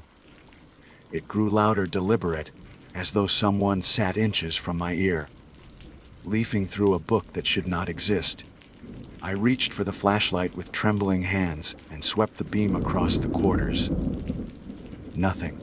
The binders remained shut on the desk. My journal was closed, yet the air still carried that dry rasp of paper against paper. I shouted then, not from courage but from panic, demanding whatever was there to reveal itself. The station absorbed my voice, walls humming faintly like tuning forks, before the sound fell flat. Then silence. When I turned back, the binders were open, their pages fluttering though there was no draft. On both, identical words had appeared in thick, black ink and urite. I backed away until my spine hit the cold wall. My mind scrambled for explanation, hallucination, hypoxia, madness. But the ink glistened wet, freshly absorbed into the paper fibers. I forced the binders shut and locked them in a cabinet, though I suspected locks meant as little to this thing as walls or doors. I tried not to write for the next day, tried to resist the compulsion. Yet my hand itched constantly, fingers curling around an invisible pen. Thoughts crowded me until I felt I might burst if I didn't record them. On the 26th day, I gave in. I filled 10 pages with rambling words, half sense, half nonsense, my handwriting alternately precise and frantic. When I finished, a strange calm settled over me, like after vomiting. But the calm did not last. At night, I dreamed of myself sitting at the desk, writing endlessly, ink pouring from my veins instead of blood. On the 27th day, the radio crackled. I hadn't touched it in a week because the voices within only fed my paranoia. But this time the signal was different, clearer, steadier. Station Delta 9, do you copy? A man's voice asked. I lunged for the receiver. This is Mercer, I replied, voice breaking. I'm here. Who is this? Static. Then again, Station Delta 9, confirm occupancy. Yes, I shouted. One occupant. Technician Daniel Mercer, I need extraction. Immediate extraction! For a moment, silence. Then the voice, colder, correction. Occupancy 0, Station Delta 9 abandoned. The line died in a burst of static. I screamed into the microphone until my throat tore. But no reply came. The radio remained dead. Afterward, I sat staring at the equipment numb.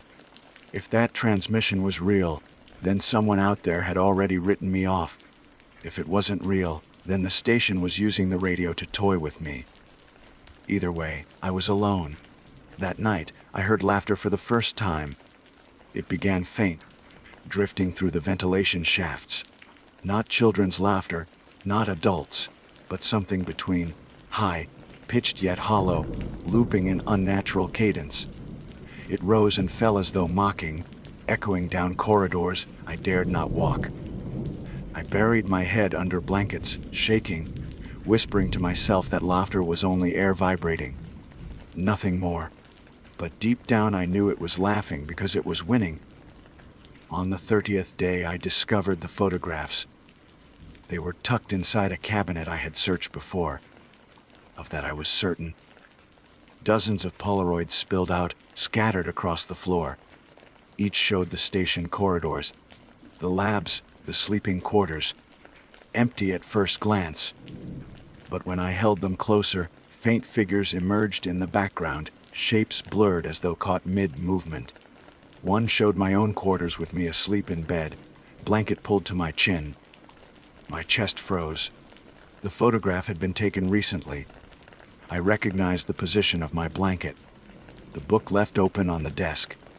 I tore the photo in half, then quarters, then shoved the pieces into the incinerator chute.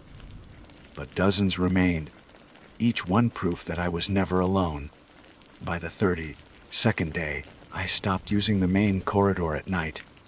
The lights there flickered in rhythm now, a slow pulse like a heartbeat. Once, passing through in haste, I glanced down and saw the floor wet with condensation. My reflection rippled back at me from the tiles, moving a second behind. When I lifted my foot, it lingered. When I turned away, it raised a hand as though waving goodbye. I began to live in the control room, dragging bedding and supplies there, barricading the door.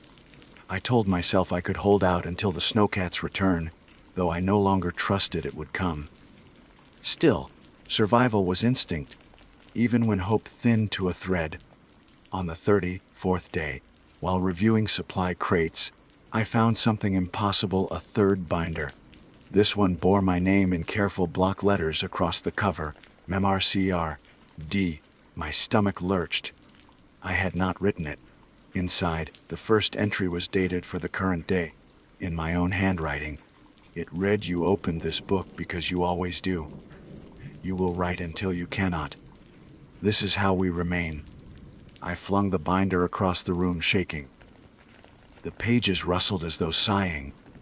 I could not bring myself to open it again, but the weight of it pressed at my mind, whispering from the floor where it lay. Sleep deprivation eroded what little sense of time remained. I drifted through cycles of fear and exhaustion, hallucination and clarity.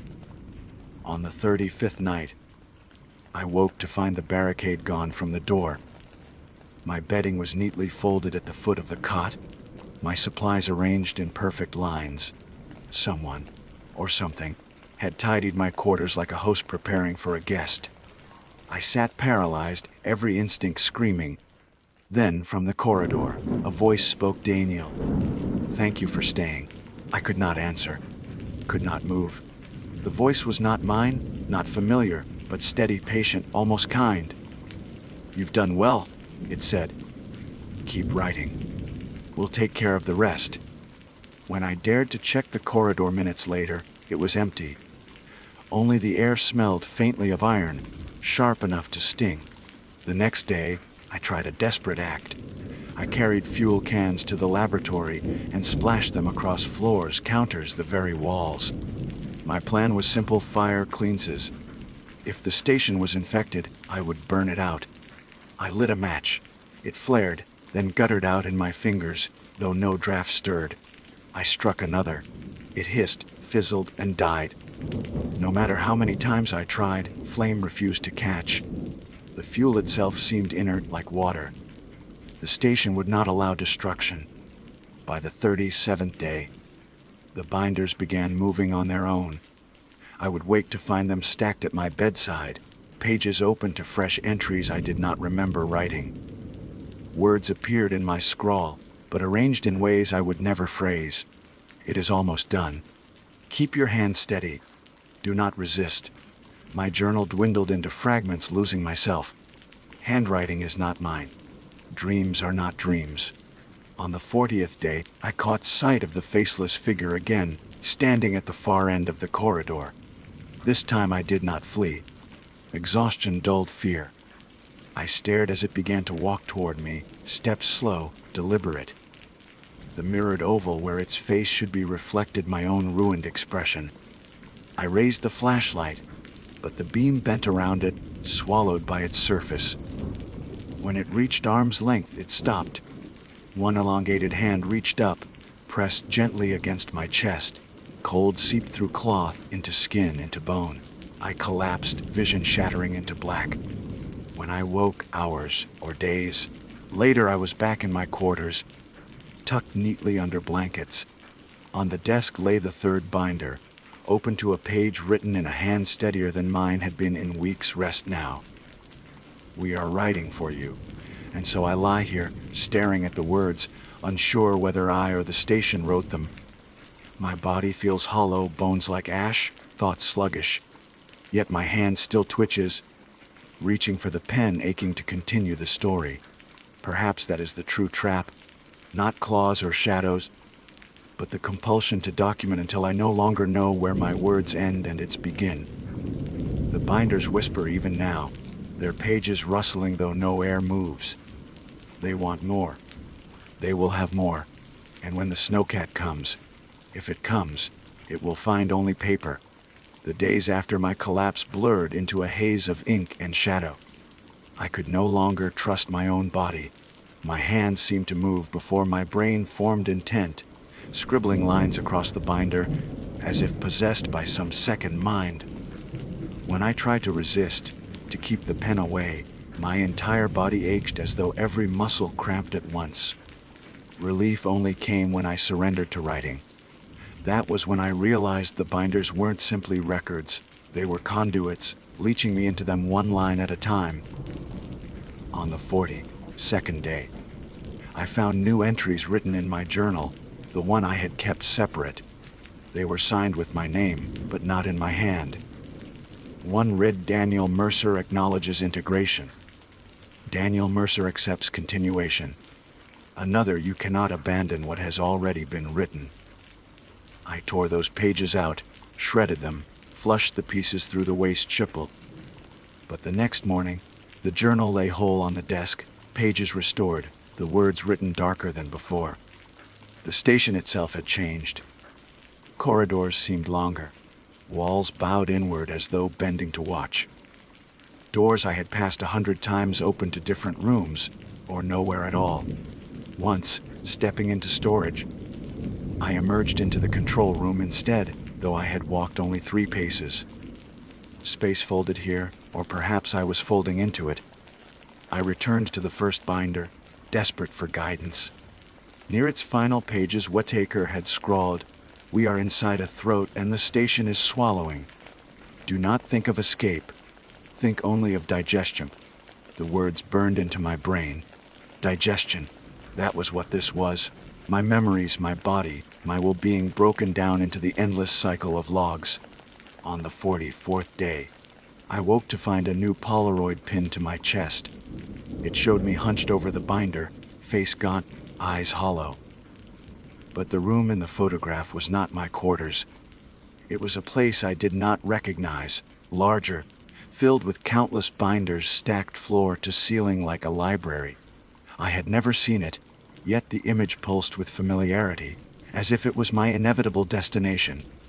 That night, the voice returned, closer now, speaking from just outside the barricaded door. "Daniel," it said, gentle, coaxing. "You've done well. You've joined us. Just one more page." I pressed my palms to my ears, weeping, but the words still seeped through, vibrating inside my skull. I screamed back, "Won't? I'm not yours." The voice chuckled, low resonant, like paper tearing. "You already are." I knew then that resistance had become symbolic, not effective, but symbols still mattered. If I couldn't escape, perhaps I could at least choose the form of my surrender. On the 46th day, I devised a plan. I would fill every page of the third binder with lies. Nonsense, broken equations, childhood memories twisted into gibberish. If the station fed on my words, then I would poison it. For 2 days, I wrote relentlessly, fairy tales mangled with scientific jargon. Half remembered dreams warped into grotesque parodies, strings of numbers without pattern. My hand blistered, blood, but I continued until the binder swelled with ink. When I slammed it shut, I felt a surge of defiance, almost victory. That night, silence. No laughter in the vents, no knocks on the walls. I dared to believe I had won. But on the morning of the 49th day, I found the binder blank. Every page scrubbed clean, my frantic scrawl erased as though it had never existed. At the bottom of the last page, a single line remained, "Nice try, Daniel." My spirit broke then. I screamed until my throat shredded raw, hurled furniture against walls, smashed equipment. None of it mattered. The station absorbed rage as it had absorbed hope. That evening, the faceless figure appeared again. Not at a distance this time, but standing in the control room where I huddled. Its mirrored surface reflected me, not once but in infinite regress, like staring into two facing mirrors. I saw myself replicated endlessly, each reflection writing at a desk, each slightly altered, older, younger, skeletal, monstrous. The figure extended its hand. I don't know why I took it. Perhaps exhaustion, perhaps inevitability. Its touch was ice searing into my skin. In an instant, I was somewhere else. A cavernous hall stretched around me, shelves soaring into blackness above. Binders filled every inch, stacked, labeled, whispering. Their pages turned without hands, a storm of voices echoing. I staggered down aisles that stretched forever. Each binder bore a name: Namdreichak, Hanpecker Mars, are thousands more. Some names I recognized vaguely from scientific journals, others unfamiliar. All here, all recorded. I pulled one at random. Inside were Whitaker's entries, the same I had read, but continuing far beyond. Pages of words I had never seen, written long after his supposed disappearance. He was still writing, they all were. Not in flesh, but through this archive, this library that consumed lives and spat out words without end. I dropped the binder, bile rising in my throat. Was this my fate? To write forever? Stripped of body, of will, until I was only ink in a book. The faceless figure loomed at the easel's end, pointing to a shelf where a space gaped empty, waiting. My nameplate already gleamed there, MarCRD. "No," I whispered, voice breaking. "I won't." The figure tilted its head, the mirrored face fracturing into 100 reflections of me, each one already seated at the desk, pen scratching. "You already have," they said in unison. I fell to my knees. The shelves vibrated, a storm of pages fluttering like wings. The sound built until it drowned thought. Then, with a wrenching pull, I was back in the control room.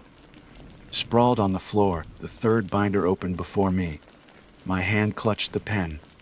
New words glistened on the page: "Welcome to the archive." Since then, time has unraveled. I no longer know what day it is, whether I sleep or only drift between states of writing. The binders multiply around me, their spines crawling across the floor like vines. I step over them, kick them aside, but they always return. The station shrinks under their weight, every corridor filling with shelves. Sometimes I hear footsteps, human, frantic. Sometimes voices call names I do not know. Perhaps new arrivals, lured here as I was. Perhaps echoes of those already swallowed. I want to warn them, but my throat produces only ink. I taste it when I cough, bitter, metallic. My veins itch as if filled with it. The mirror under my mattress reappeared yesterday, upright on my desk. My reflection now bleeds black from its eyes and mouth, smiling even when I do not. I think often of fire, of obliteration, but I know flame cannot exist here. The library is eternal, immune to ruin. The only weapon is absence, refusal to write, but absence is impossible. Even now, as I try to stop, my hand twitches, pen poised, compelled. And so I continue line after line, unsure whether I write to resist or to obey, unsure whether these words are mine at all. The snowcat may come. Perhaps it already has. Perhaps another technician stands now where I once stood, unlocking the door to the binder room, curiosity lighting his face. Perhaps he too reads these final logs, thinking them madness. He will learn, as I did, that madness is mercy compared to the truth. The truth is this: the station is not a facility. It is a mouth. It consumes those who enter, chewing them into ink and binding them into books. The scientists never left. I will never leave. The only way out is through the page, and the page never ends. I can hear them turning again. The endless chorus of pages, louder, faster, demanding.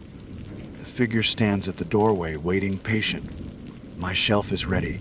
The binder lies open. My hand moves. I write. The sound of pages fills me even when silence reigns. It is in my ears, my bones, the rhythm of my heart.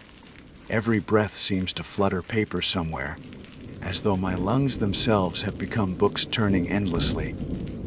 The station is almost gone now, swallowed by shelves that sprout like tumors from the walls, filling corridors, burying doors. The control room where I sit has narrowed to a single aisle between rising stacks, each spine etched with names I do not dare to read. My own name repeats across them, hundreds of times, as if the archive has already multiplied me beyond counting. On what I think is the 50th day, I try to leave. I push through the shelves, climb over binders that spill like bricks, and fight my way to the outer door. I want only to feel the air outside, the cold on my skin, to know there is still a world beyond these walls. But when I push the handle, the door opens not to snow and sky, but to another aisle, longer, darker, lined with shelves that stretch forever. I slam it shut, chest heaving. The station is gone. Only the library remains. Still, I cling to a shred of identity. I speak my name aloud each morning, Daniel Mercer, as though repetition can anchor me. Sometimes the echo repeats faithfully.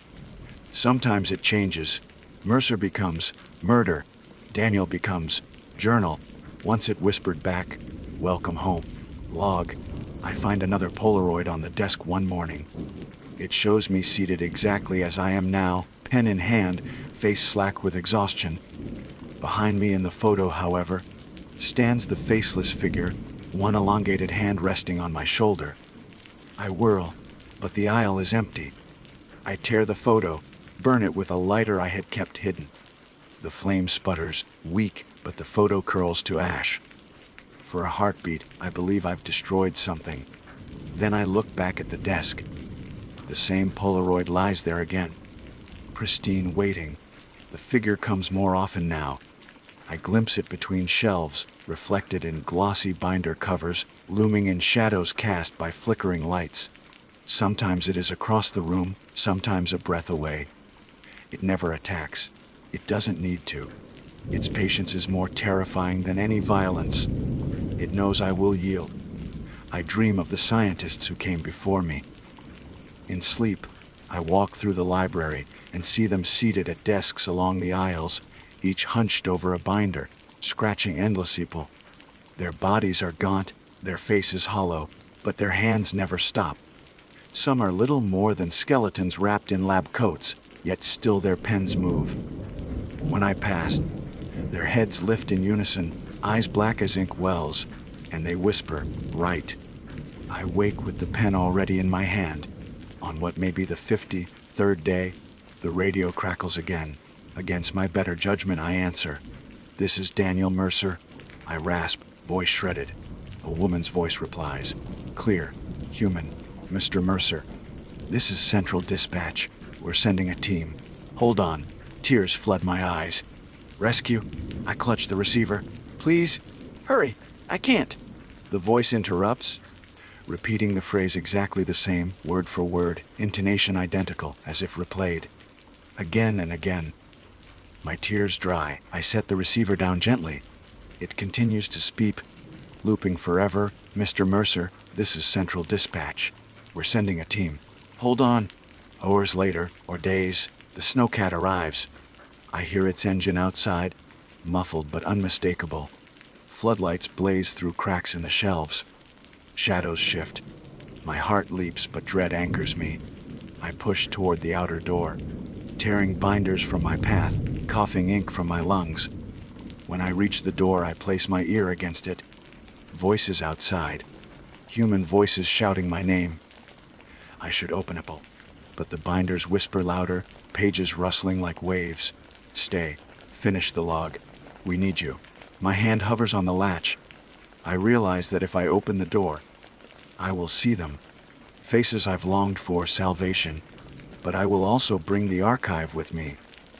It will spill out into the snow, into the world, and it will never end. The station is not a prison. It is a seed. And if I open the door, I become the sour. So I step back. The voices outside fade. The engine dies. Silence again. I think of what the first binder said. We are inside a throat, and the station is swallowing. Perhaps the station has already swallowed the rescuers. Perhaps there never were any. Perhaps the world outside is already gone, shelves stretching endlessly where forests once grew, where cities once stood. Perhaps I am the last fool clinging to the idea of an outside. My body weakens daily. I bleed ink when I cut myself. My fingernails are stained black, as though dipped in tar. Hunger gnaws, but food has no taste anymore. I suspect soon I will eat only paper. The faceless figure stands over me as I write this. Its mirrored surface no longer shows my reflection. Instead, it shows the library stretching into infinity, each easel filled with figures hunched at desks, writing. At the center of them all sits a new figure. Me, ink pouring from my mouth, hands scribbling faster than thought. I do not know if this is prophecy or already truth. I want to end this entry. I want to put down the pen, but the page pulls and my hand obeys. If anyone finds these words, know this: the station will not let you leave. The binders will call to you, whisper your name, compel your hand. Do not read. Do not write. Burn it all, if burning is possible. Leave no trace. But I know even as I write that no one will heed this. Curiosity is stronger than fear. Just as I opened the binder, so will you. Just as I thought myself different, so will you. And the library will grow. I am Daniel Mercer. I was Daniel Mercer. I am now only a log in the archive, another voice in the endless rustle. The pen moves without me. The figure leans closer, mirrored surface swallowing me whole. The shelves around me groan with hunger. And still I write. My name is Nathaniel Hayes, and I serve as a park ranger in the Rocky Mountains. I am 34 years of age, and I have held this post for nearly a decade. In that time, I have learned that the mountains are beautiful, brutal, and never to be underestimated. My duty, as I see it, is twofold: to protect the people who visit these wild lands, and to respect the ancient, merciless order that governs them. There are rules that we follow to stay alive. And though they may sound strange to an outsider, every ranger who lasts longer than a season learns that they are not suggestions. They are the thin line that keeps us from joining the long list of names, remembered only in incident reports and faded plaques at trailheads. I did not begin my career with any sense of mysticism.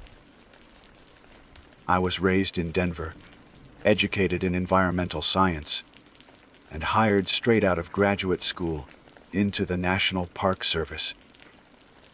My training was ordinary: land navigation, first aid, wildlife identification, backcountry survival. Yet nothing in the manuals prepared me for the unspoken knowledge carried by the rangers who had been here for years. On my first night in the ranger housing at Bear Creek Station, one of the older men, Ranger Dalton, left a sheet of paper on my bunk. At the top, written in block capitals, were the words Ral S. T.O. Livey B.Y. There were 13 of them, each blunt and without explanation. At first I thought it was a joke, some sort of hazing ritual. I learned otherwise. The first rule read, "Do not whistle after dark." The second, "Never accept food if it is offered to you on the trail." The third, "If you hear your name in the trees, do not answer." They went on in that fashion. Some practical, some absurd, all of them delivered with the same grave seriousness. I remember shaking my head, folding the paper, and slipping it into my field notebook. Within a week, I would understand why every ranger carried a copy in their pocket, worn soft at the edges like a prayer card. My first patrol was a solo hike up the Timberline Loop, a popular trail that climbs from dense pine forest into high, bare ridges with sweeping views. The weather was clear, the air thin but kind, and I felt that thrill of purpose that comes when a person begins a new chapter in life. I checked campsites, refilled maps at trail junctions, and radioed in updates with the crisp efficiency of a man eager to prove himself. It was late afternoon when I heard it. A voice calling my name. Nathaniel. It came from the trees to my left, faint but distinct. I froze because no one was near me. I had passed the last group of hikers an hour earlier, and they had been headed downhill. The forest in that direction was steep and untracked. Yet the voice had been clear, carrying a tone almost identical to my mother's when she used to call me in for dinner as a boy. Nathaniel. I remembered the third rule. If you hear your name in the trees, do not answer. My rational mind told me it was a trick of the wind, some chance alignment of air currents. But my body obeyed the rule before my mind could argue. I kept walking. I did not look back. The voice followed for several minutes, repeating my name in tones that shifted from pleading to irritated to mocking. I quickened my pace until the timber thinned and the slope opened to ridgeline. There the sound ceased as if cut with a blade. I stood, lungs heaving, the folded paper suddenly heavy in my pocket. That was the moment I stopped doubting. When I returned to Bear Creek Station, Dalton was waiting on the porch. He saw my expression and nodded once, knowingly. "You heard it," he said, not as a question but as a statement. I admitted I had. He asked me if I answered. I said no. He clapped my shoulder and told me I had passed my first test. Then he leaned close and added, "Don't ever think the rules are just superstition. They're the only reason any of us last more than a season." Over the following months, I learned to follow the rules with the devotion of ritual. Some I encountered firsthand.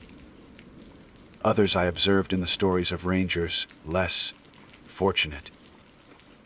There was a man named Collins, fresh out of training, who laughed at the first rule. He whistled a tune as he walked the night perimeter near the ranger cabins. The next morning, his boots were found neatly placed on the porch, but he himself was gone. His radio lay beside them, its casing split as if by fire, though no burn marks touched the wood beneath. His name was added to the list. The second rule came to me one autumn afternoon when I was patrolling near the old fire road. A woman appeared on the trail ahead, dressed in hiking gear too, clean for someone who had been out long. She carried no pack, no water, nothing but a small cloth bundle in her hands. She smiled and offered it to me. Inside was bread, still warm as though fresh from an oven. My stomach growled. I had been walking since dawn.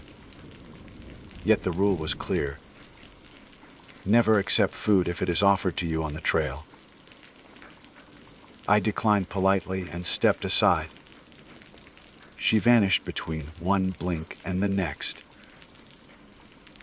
Where she had stood, the ground was blackened, the soil cracked as though from drought. I did not speak of it to anyone for weeks. As the years passed, the rules became second nature. Some were simple. Never camp on the valley floor, for the fog there carries more than moisture. Always keep your fire small. Large flames draw attention. Do not stare too long at reflections in mountain lakes. They may not give you back your own face. Others were cruel in their implications. If you come across a hiker who seems lost, but refuses to leave the trail, do not guide them. They are not yours to save. If you hear crying in the canyons, especially the cries of a child, ignore it. Those who go toward the sound do not return. I have wrestled with the morality of these rules. Everything in me as a ranger, as a man sworn to protect visitors, urges me to help. But the mountains are older than our vows, and they do not care for our sense of duty. They have their own laws, and when we defy them, we are punished. I have seen enough graves to know that mercy here is selective. Sometimes the most compassionate act is to walk away, no matter how it shreds your conscience. It was during my 5th year that the rules were tested in a way that still wakes me at night. A group of college students went missing on a backcountry permit. 3 days overdue, no contact, families panicking. Search and rescue was mobilized, and I was assigned to sweep a section of high meadow known as Elk's Crown. It is a place of treacherous beauty where the grass grows in waves like an inland sea, and boulders stand like watchful giants. I was alone when I heard the crying. It was unmistakably a child's sobs, carrying on the wind. The sound pierced straight through me. Every instinct screamed to run toward it, to search until I found the small body in need. But the rule was iron: if you hear crying in the canyons, do not follow. I stood there, torn in two. Then I remembered Dalton's voice. They are not yours to save. My fists clenched until my nails cut my palms, and I forced myself to keep walking the prescribed grid pattern. The crying followed me for an hour, changing pitch, sometimes high, sometimes low, always just out of reach. When I returned to base, trembling, I learned that the missing students had been found alive on another trail altogether. There had been no children in the park. There never are. The crying was something else. By now I carry the rules in my head, each etched deeper than any regulation written in ink. They are my shield, my compass, my constant reminder that survival here is not about strength or skill, but obedience. Yet obedience does not ease the weight of what we lose. For every life the rules preserve, another is abandoned to the mountain's hungers. Perhaps that is the price of balance. Perhaps it is cruelty disguised as order. I do not know. What I do know is that the rules are older than me, older than the service, older even than the maps. We rangers are only the latest inheritors, scribes of a covenant we did not choose, yet must uphold. Tonight I sit in the ranger cabin, writing by lantern light. Outside, the wind moves through the pines with voice that almost forms words. I keep my lips pressed tight, for to whistle would be to invite company I cannot bear. The rules lie open beside me, edges frayed, ink faded but legible. 13 simple lines that have kept me alive longer than I deserve. Tomorrow I will step into the wilds again, patrol the trails, smile at the families who come seeking beauty. I will warn them about bears, about storms, about altitude sickness. I will not tell them the real dangers. Those are ours to shoulder, ours to face in silence. And when the trees call my name again, as they surely will, I will not answer. The cold months press down hardest in the Rockies. Not simply with snow, but with the kind of silence that eats at reason.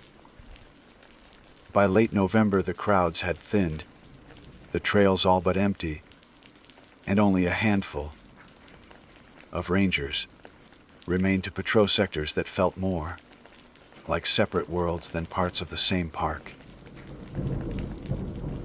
Winter makes a man memorize every rule, not because he is dutiful, but because there is nothing else to hold on to.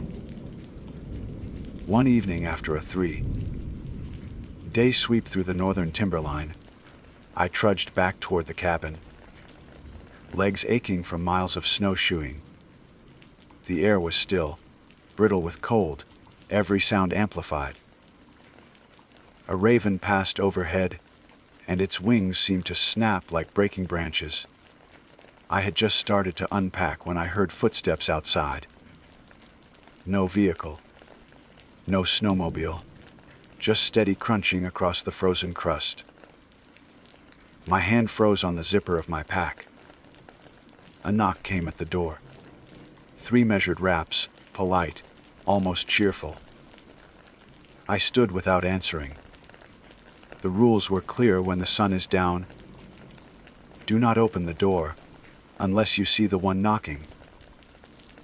And I could not see anyone through the narrow window.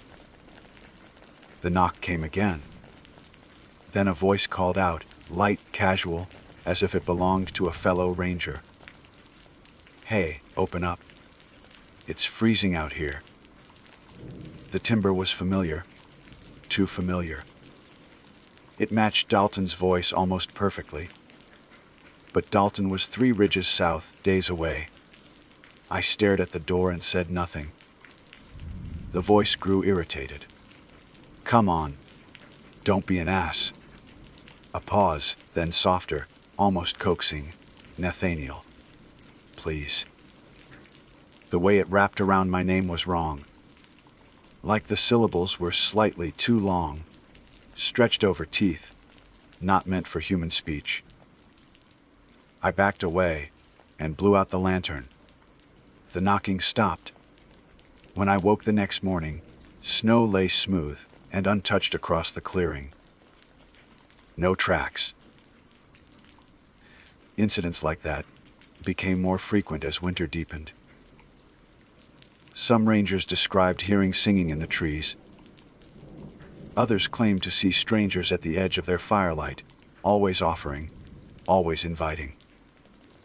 Once, while clearing a downed log across the service road, I saw a boy about 10 years old standing on the bank. His hair was dark, his jacket thin, his arms bare. He lifted one hand and pointed downstream. "She's hurt," he said. "She fell." His breath did not miss the air. My chest constricted. I almost ran. Almost. But the rules echoed. If you hear crying, if you see a child alone, walk away. My throat closed against my own guilt. As I stepped back to the snowmobile and started the engine, the boy's mouth opened in a wide smile, too wide for his small face. And then he was gone. For the rest of that patrol, I could feel eyes following me through the trees.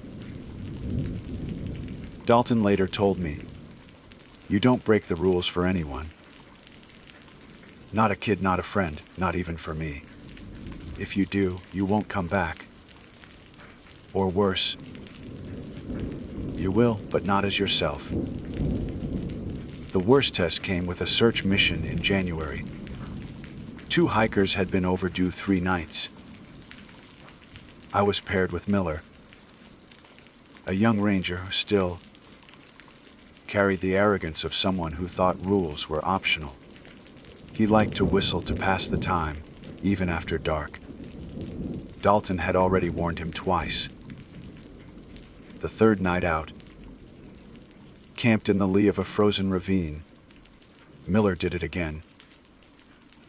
An aimless little tune while he cleaned his rifle. The sound barely carried beyond the fire, yet the forest shifted as if it had been listening all along. Wind rose in the ravine, carrying a chorus of whistled notes back to us. Same rhythm, same pitch, but fuller, layered, like dozens of mouths whistling in harmony. Miller froze, his lips still puckered. The fire guttered low. Shadows thickened. I shoved him hard, hissing, "Stop." We sat in silence for what felt like hours, the echoes dwindling into uneasy stillness. At dawn, we packed camp without speaking. Miller's face was ashen. He never whistled again. We found the hikers' packs. Days later, at the base of an ice chute, arranged with unsettling neatness. Their owners were never located. Miller wouldn't say it, but I could see in his eyes he was beginning to believe. It is not only sound that betrays you here, but sight. In March, as the snow began to thaw, I was checking trail markers near a half-frozen lake. The surface gleamed like steel, catching the early light. I knelt to check my canteen, and my gaze flicked toward the water. My reflection stared back. Same parka, same tired eyes. Then, without warning, it raised a hand. Mine did not. My stomach dropped. I staggered back, heart hammering, and in that instant my reflection grinned with teeth too sharp, then rippled away with the breeze. For days afterward, every puddle, every shard of ice made me wary. I kept my eyes low, drank from the canteen without hesitation. Other rangers have told similar stories. Reflections smiling early, mouths opening in silent screams, faces aging faster than the real one. A rule exists for a reason: do not linger at the water's edge. The most painful moments are when the rules demand inaction. Once, during spring thaw, I heard a woman's voice calling for help from a canyon below. It was ragged, desperate. "Please!" "I've broken my leg." I leaned over the edge, but the shadows below were opaque, too dark for the time of day. My fingers tightened on the rope in my pack. To do nothing felt monstrous. Yet I knew the rule. Do not respond to voices in the canyons. So I walked away. Her screams chased me for half a mile before cutting off mid-word. That night, safe in the cabin, I lay awake with my fists pressed to my eyes. If someone truly had needed help, I had abandoned them. If it was a lure, I had survived. Both truths sat heavy. I have often wondered if the rules themselves are a kind of bargain. Our silence, our restraint, in exchange for being left mostly untouched. Maybe these things, whatever they are, only demand acknowledgement. Maybe they want us to know they are there, that they could take us any moment. And the rules are the flimsy fence that marks their territory. By my 6th winter, I had stopped questioning. The rules became instinct. Step back from water, ignore the voices, never accept, never whistle, keep the fire small. Each time I obeyed, I lived. Each time someone broke one, I saw the cost. Even now, I can recall the night I nearly slipped. A blizzard had pinned me in the Southern Watch cabin for 3 days. Rations were gone. Hunger gnawed. The storm shrieked around the walls like a living thing. On the 4th night, I woke to the smell of bread. Fresh, warm, yeasty. Impossible. The aroma filled the cabin, drowning the stink of damp wool and kerosene. My mouth watered, my chest ached. When I sat up, a loaf rested on the table. Golden crust, steam curling from its cracks. I stared until my eyes blurred. I wanted it more than I wanted to breathe. But the rules roared louder than hunger. Never accept food if it is offered. I shut my eyes, curled into my blanket, and did not move until morning. When the first light came, the bread was gone. In its place lay a pile of ash. That day I wept into my hands, not only from relief but from the knowledge that part of me had wanted to fail. The mountains test us that way, not with obvious danger, but with small invitations to break faith. That is how they win. Spring eventually returned, thinning the snow, bringing hikers back to the trails. Their laughter carried across meadows, their photographs filled with light. They will never know the cost of our silence. They will never read the rules etched on paper and carried in our pockets. They will thank us for pointing out marmots, for warning them about black bears, for showing them where to refill water. And we will smile and nod, carrying the weight of all the things we did not say. The mountains are not merciful. They are not cruel. They are simply what they are. And within them, the rules are the only scripture that matters. By late summer, the Rockies had a way of pretending they were gentle. Meadows bloomed with wildflowers. Rivers ran clear and cold. And families filled the campgrounds with chatter that made the wilderness seem tame. Those months often trick visitors into thinking the mountains are nothing more than a backdrop for adventure photos. But for us, the season brought a different kind of danger.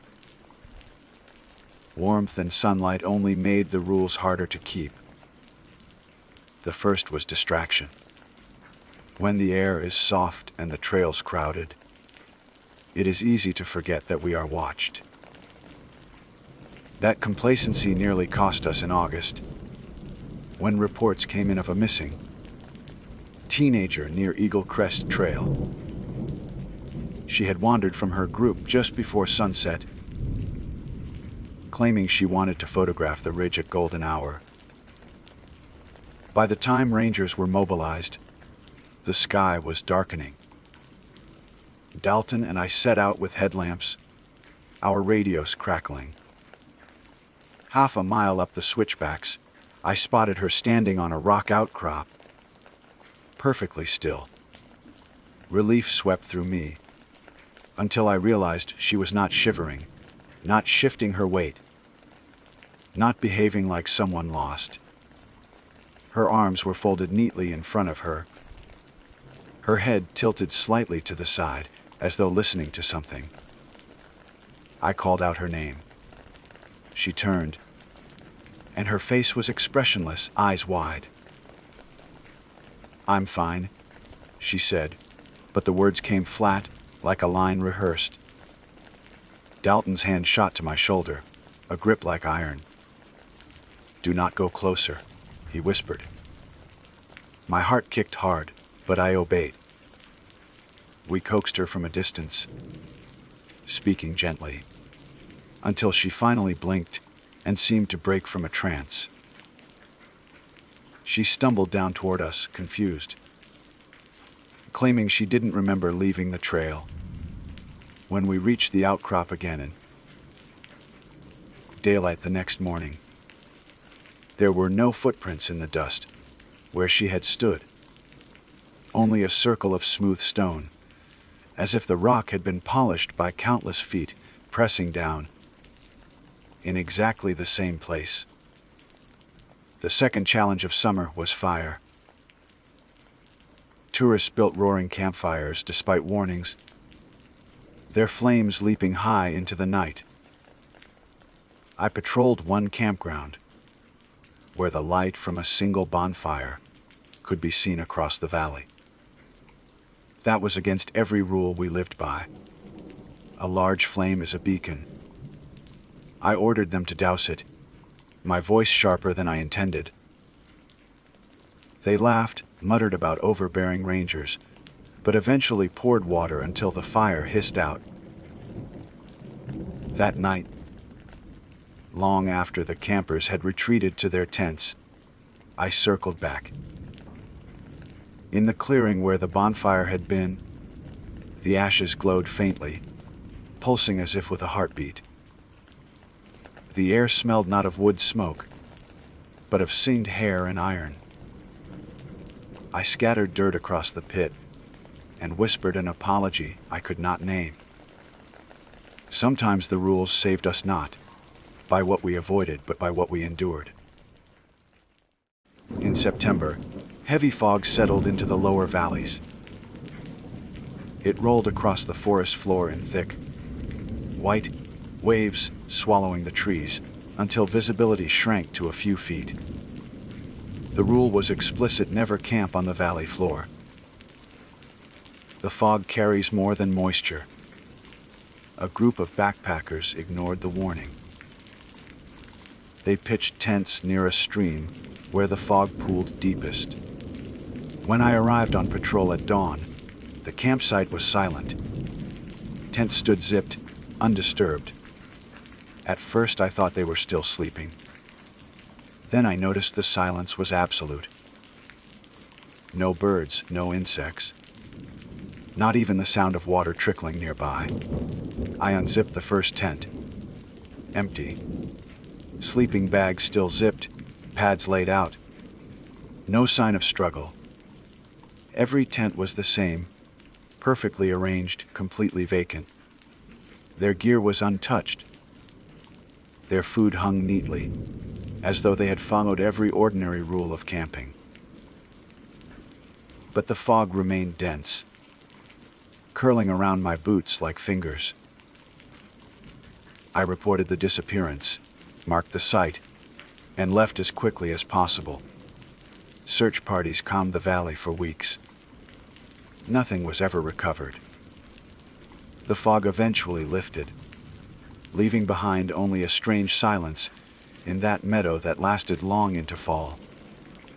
By then, I had begun to accept that the rules weren't only warnings. They were boundaries, negotiations between us and something else. You could feel it if you lingered long enough at the edge of breaking one. A pressure in the air, an anticipation, as though the world itself were waiting to see if you would cross the line.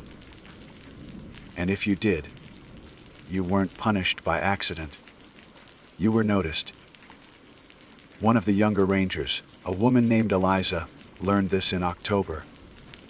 She was sharp, competent, eager to prove herself. On a patrol near Shadow Ridge, she came across a hiker who appeared disoriented.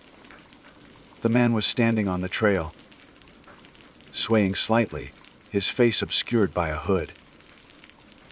He said he was lost, asked her to guide him back. The rule was unambiguous. If you meet a hiker who refuses to leave the trail, do not guide them. They are not yours to save. But Eliza couldn't bear to leave him. She placed a hand on his shoulder to turn him toward camp. The man looked up. His face was blank, featureless skin, stretched where eyes and mouth should have been. Eliza screamed and staggered back, stumbling into the brush. By the time she regained her senses, the trail was empty. She made it back to station trembling, her voice hoarse from crying.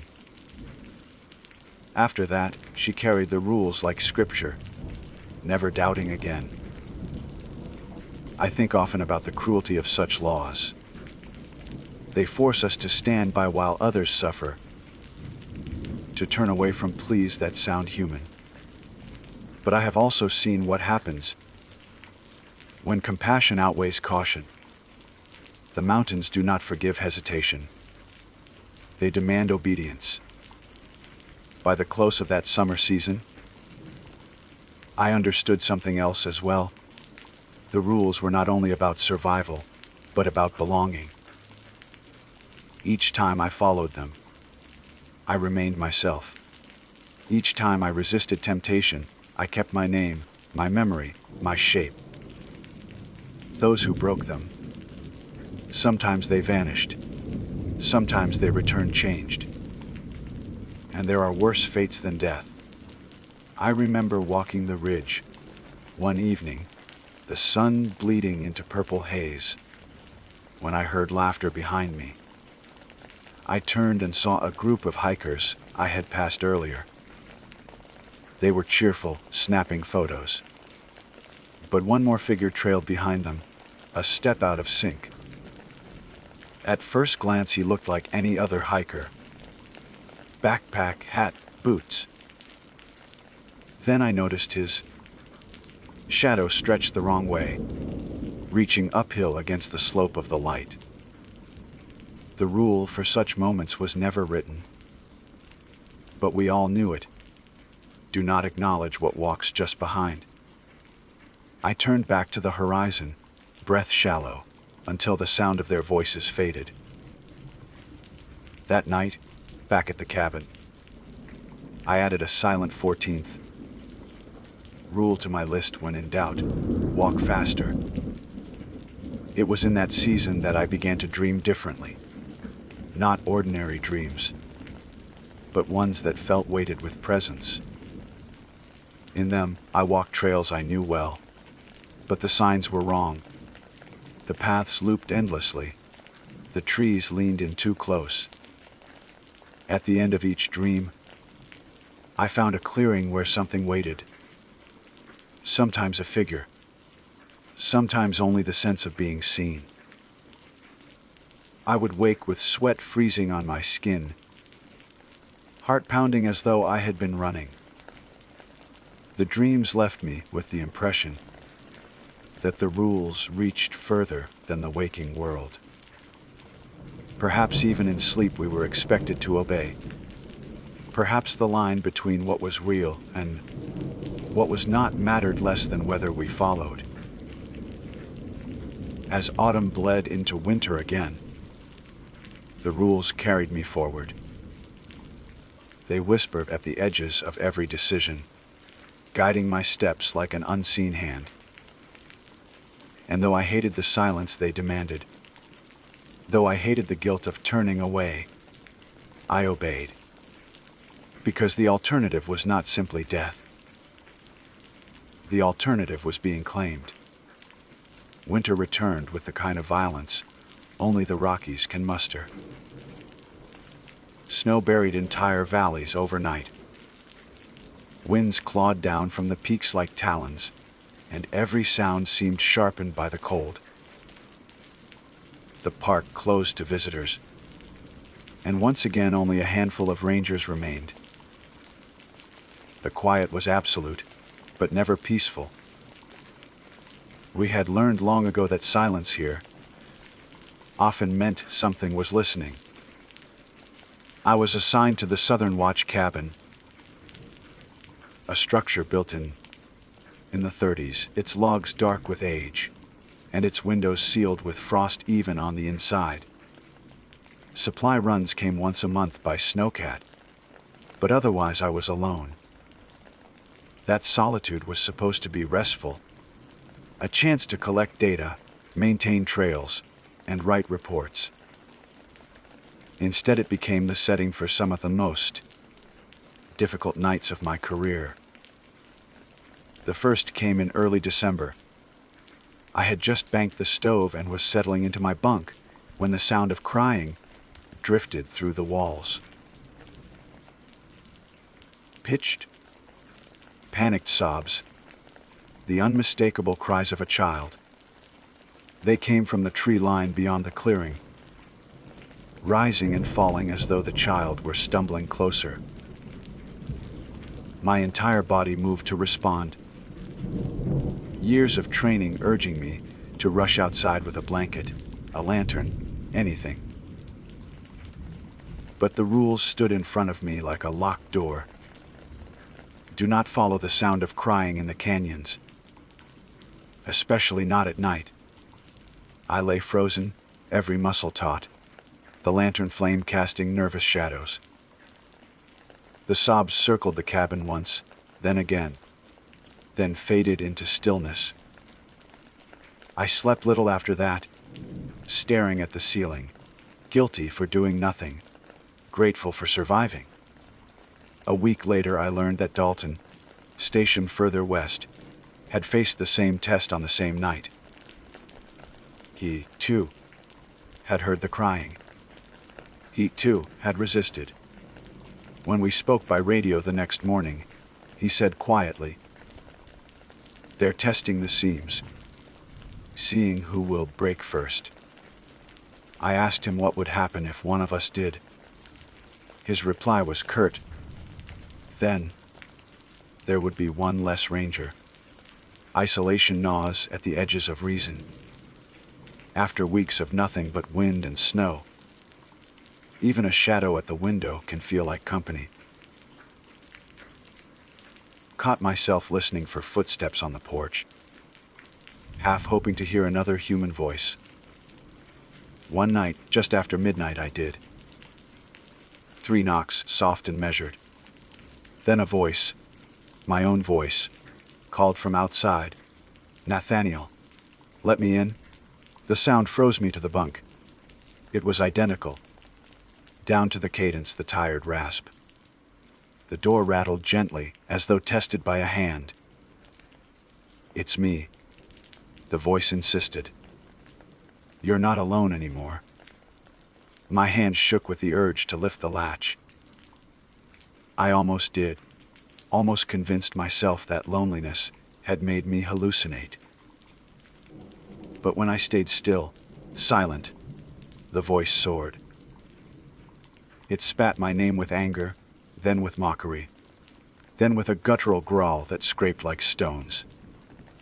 Finally it stopped. I sat awake until dawn, every nerve screaming. The next morning, I opened the door to a line of boot prints in the snow. They began at the porch and ended 5 steps out, where they simply stopped. No leading trail, no return. Just 5 impressions and then nothing. Another rule burned itself deeper into me then. Never open the door unless you see the one who knocks. The snowstorms that year were relentless. For days the cabin was sealed, windows buried in drifts. In that white suffocation, sound carried oddly. I would hear movement above the roof, as though something paced back and forth. Heavy steps, deliberate. Each creak of snow, pressed timber a reminder that the roof might cave. Or worse, that the weight pressing, it was not weather at all. Once when I braved the doorway to dig out, I saw claw marks etched across the ridge beam, gouges far too large for any bear. In January, I was ordered to check the condition of the fire. Lookout on Mount Keswick.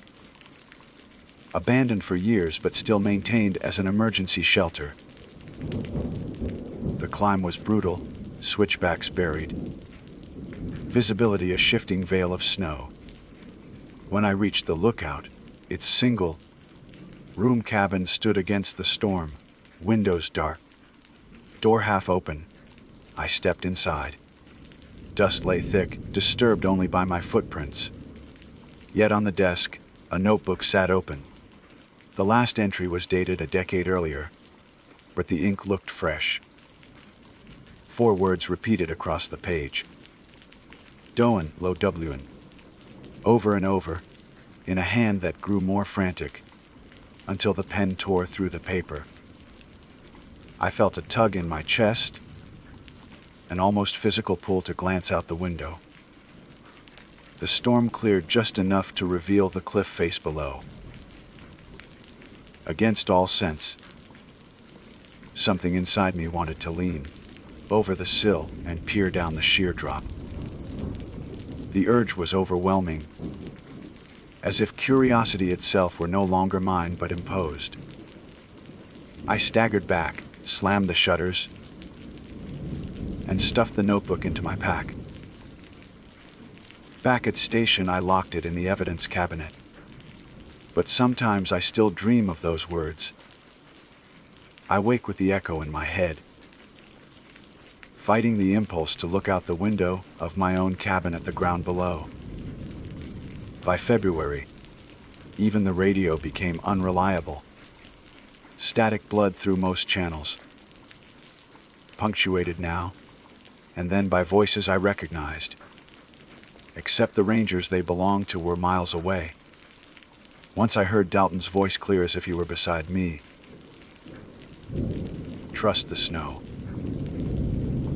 But when I confirmed later, he swore he hadn't transmitted anything that day. Miller, who had survived his first winter, but remained nervous, reported hearing his own voice, calling his name from the tree line. He barely slept afterward. Within a month he resigned, packed his things, and left the service. I didn't blame him. Not everyone can live with rules that forbid trust in your own senses. The storm season peaked in March.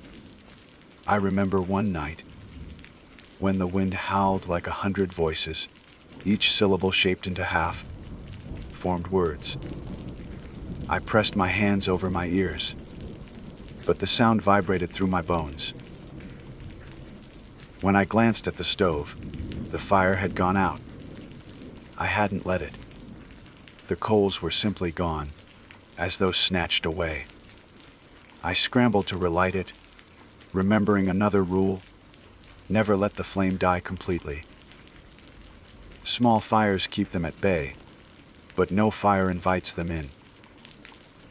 My hands shook as I struck match after match until the stove caught again.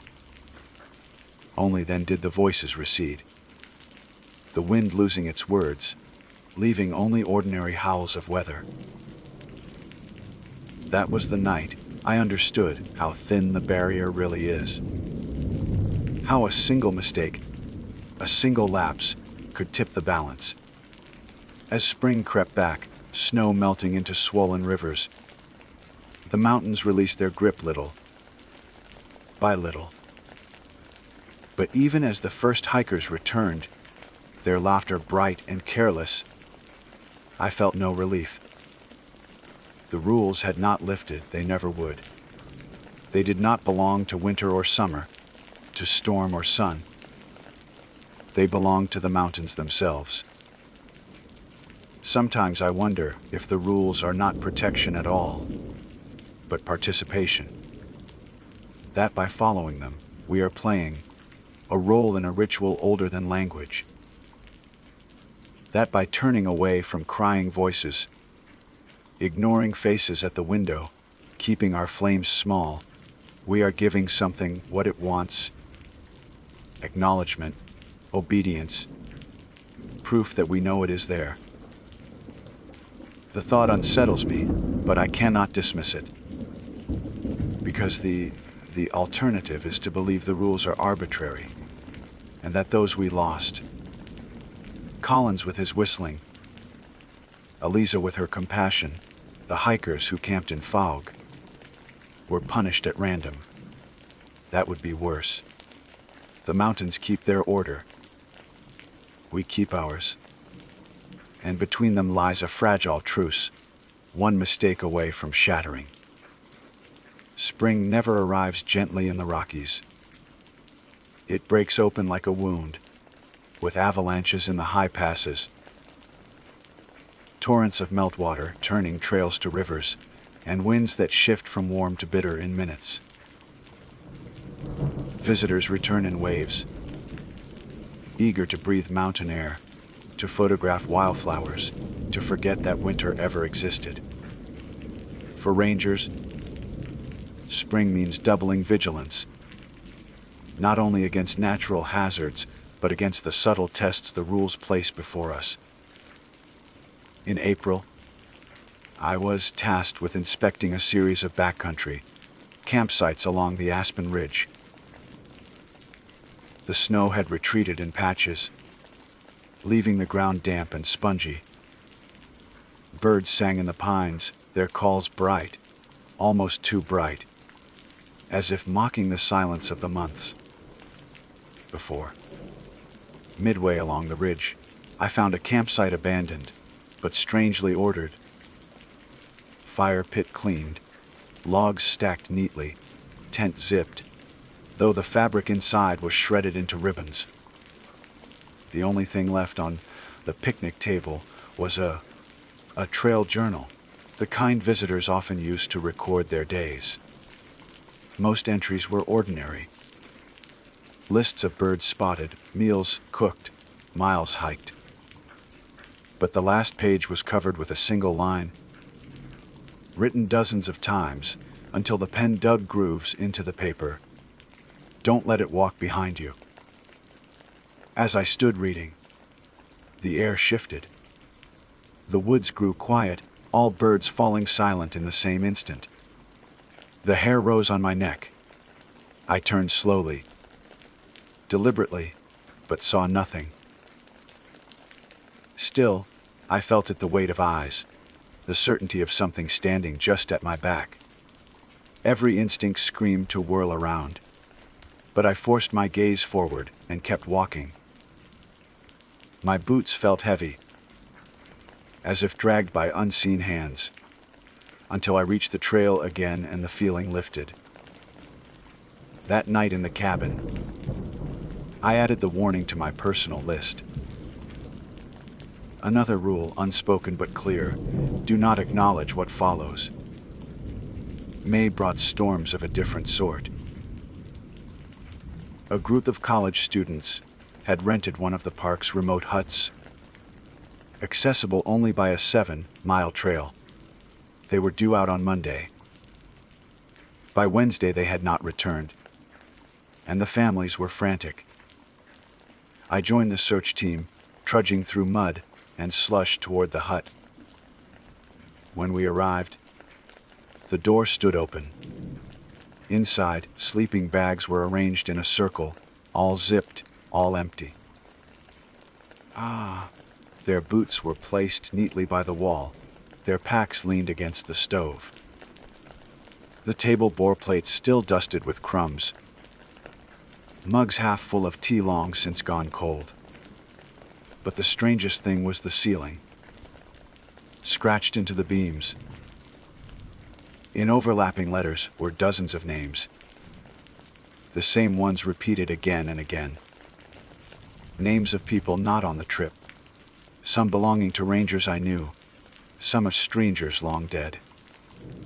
We searched for 3 days. Not one student was found. Eventually the case was closed, though their families refused to accept it. I still see their faces on missing posters, pinned at trailheads. The rules could not save them. Perhaps they never knew them to begin with.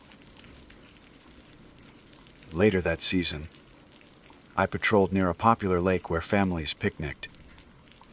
Children skipped stones, dogs splashed, parents laughed. The water mirrored the sky so perfectly, it seemed a sheet of glass. I felt a prickle of unease. Then I saw it. Among the dozens of reflections, one did not match. A boy's image lingered on the surface, even after he had turned away. It continued skipping stones, alone, its motions jerky and wrong. I shouted for the family to pack up, claiming a storm was coming. They left grumbling, unaware of the danger. I stayed long enough to see the false reflection pause and tilt its head toward me. Its face was blank, washed of all features. I looked away quick with heart hammering and did not return to that lake again. The worst part of spring is the false sense of safety. Trails look inviting, the air smells clean, and visitors ignore warnings, more often than not. They whistle as they hike, call each other's names across valleys, and build fires that leap into the sky. Each time I hear them breaking the rules unknowingly, I feel a sick dread in my chest. I want to shout, to explain, to hand them the list we carry. But the rules are not for them. They're for us. Outsiders come and go, only we stay long enough to understand the cost. In June, I accompanied Dalton to the old ranger station at Black Hollow, long abandoned but still used for storage.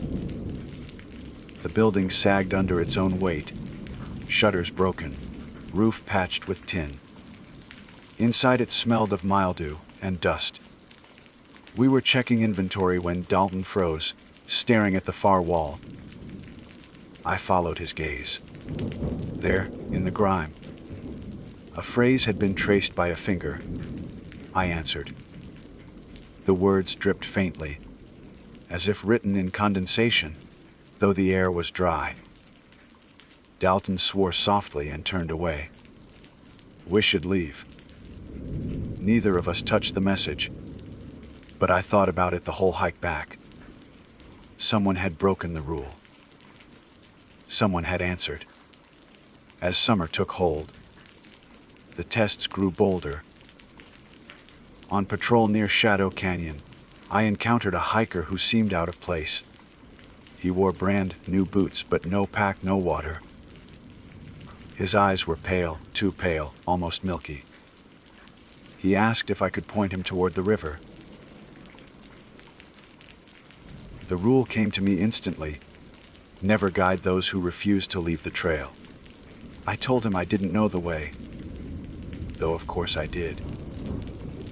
His face twisted into a smile that showed far too many teeth, small and sharp. "You're learning," he whispered. Then he stepped backward into the shadows and was gone. My legs shook so badly I could barely stand.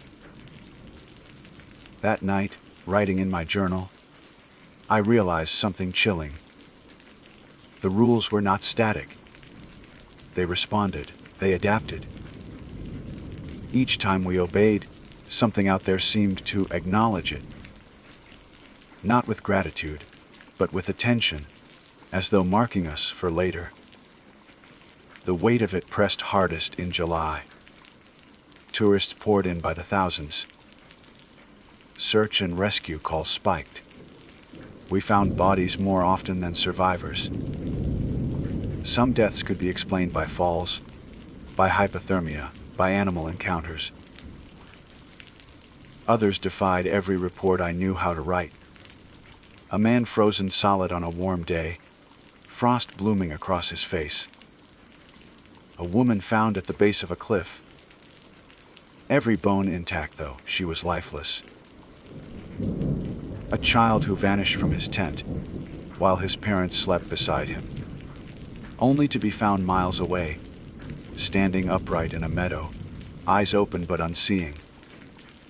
We wrote the reports anyway. We left out the details that didn't fit. And we returned to our cabins at night, clutching the rules like talismans. Sometimes I wonder what would happen if I left.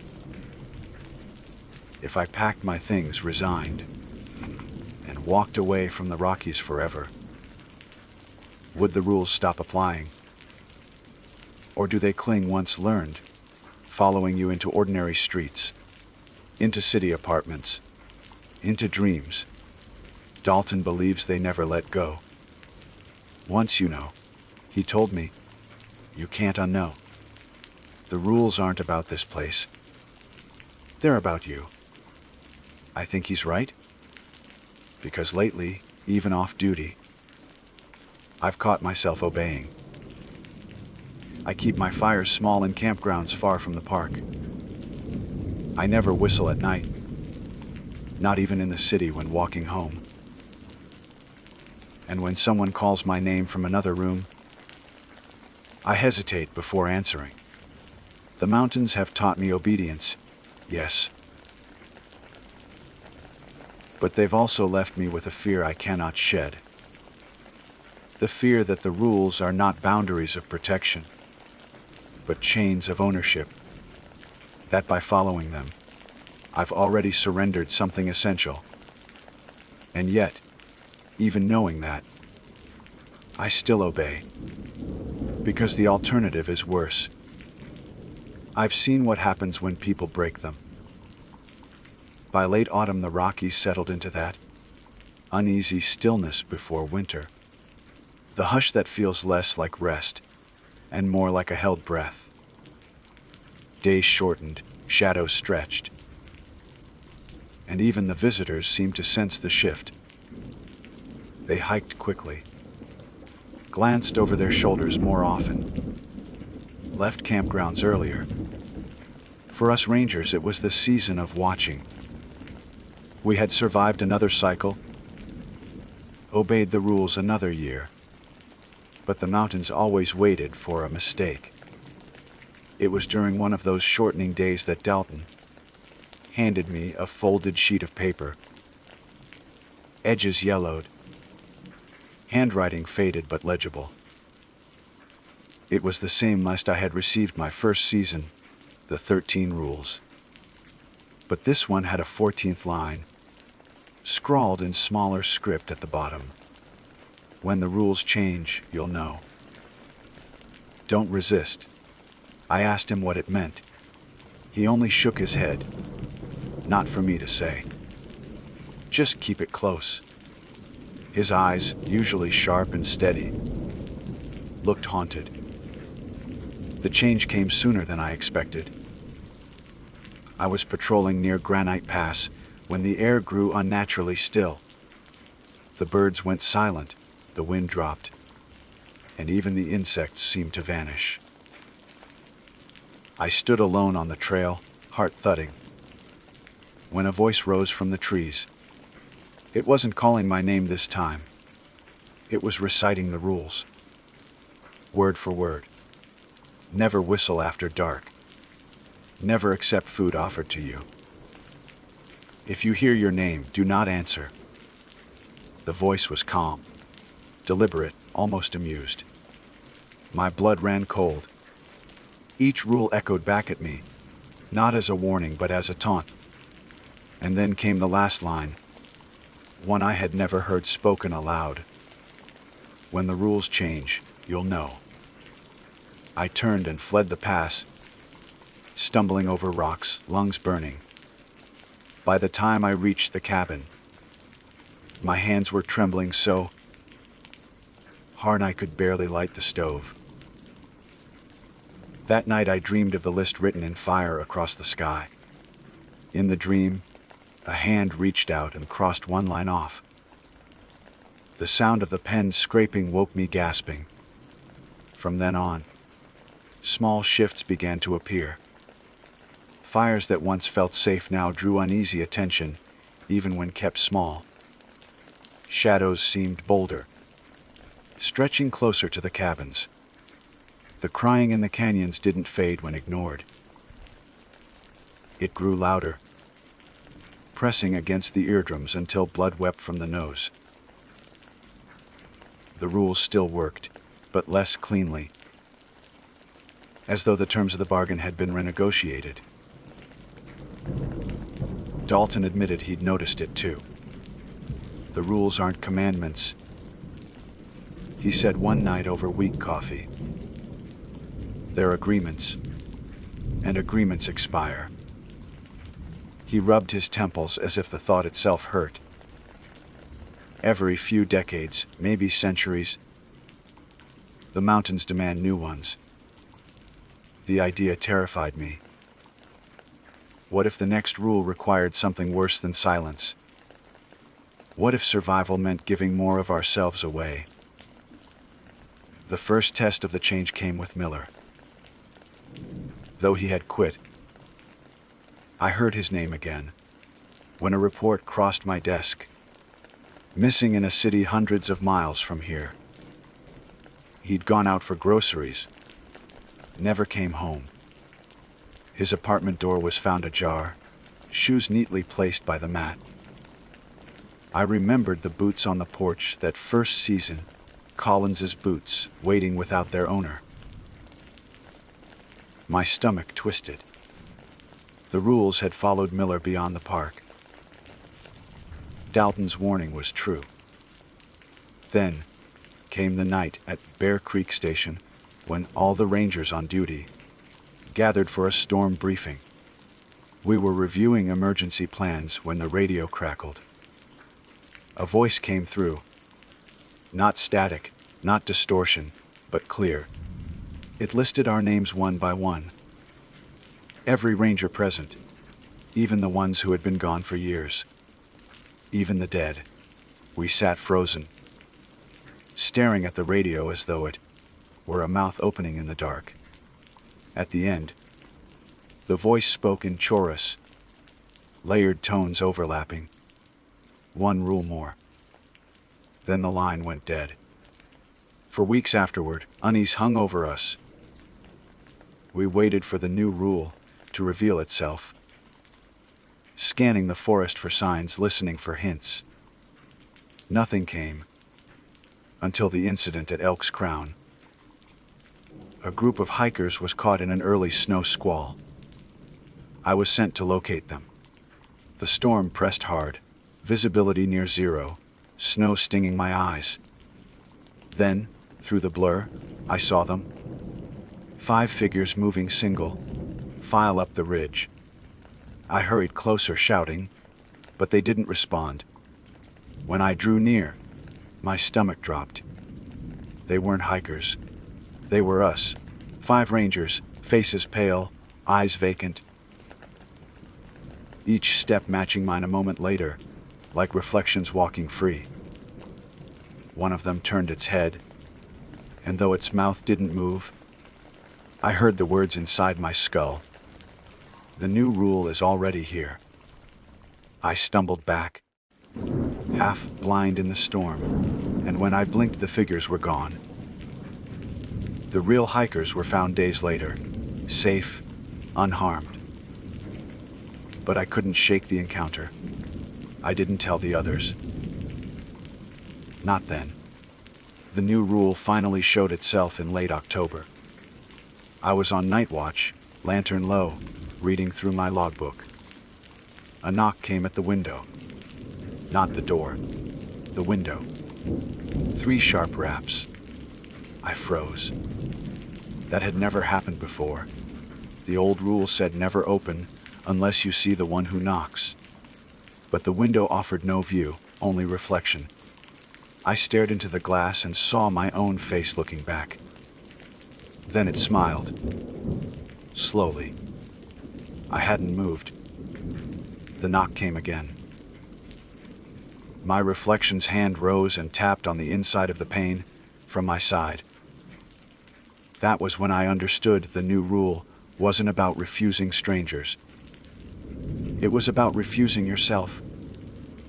I backed away, heart pounding, whispering the list under my breath like a prayer.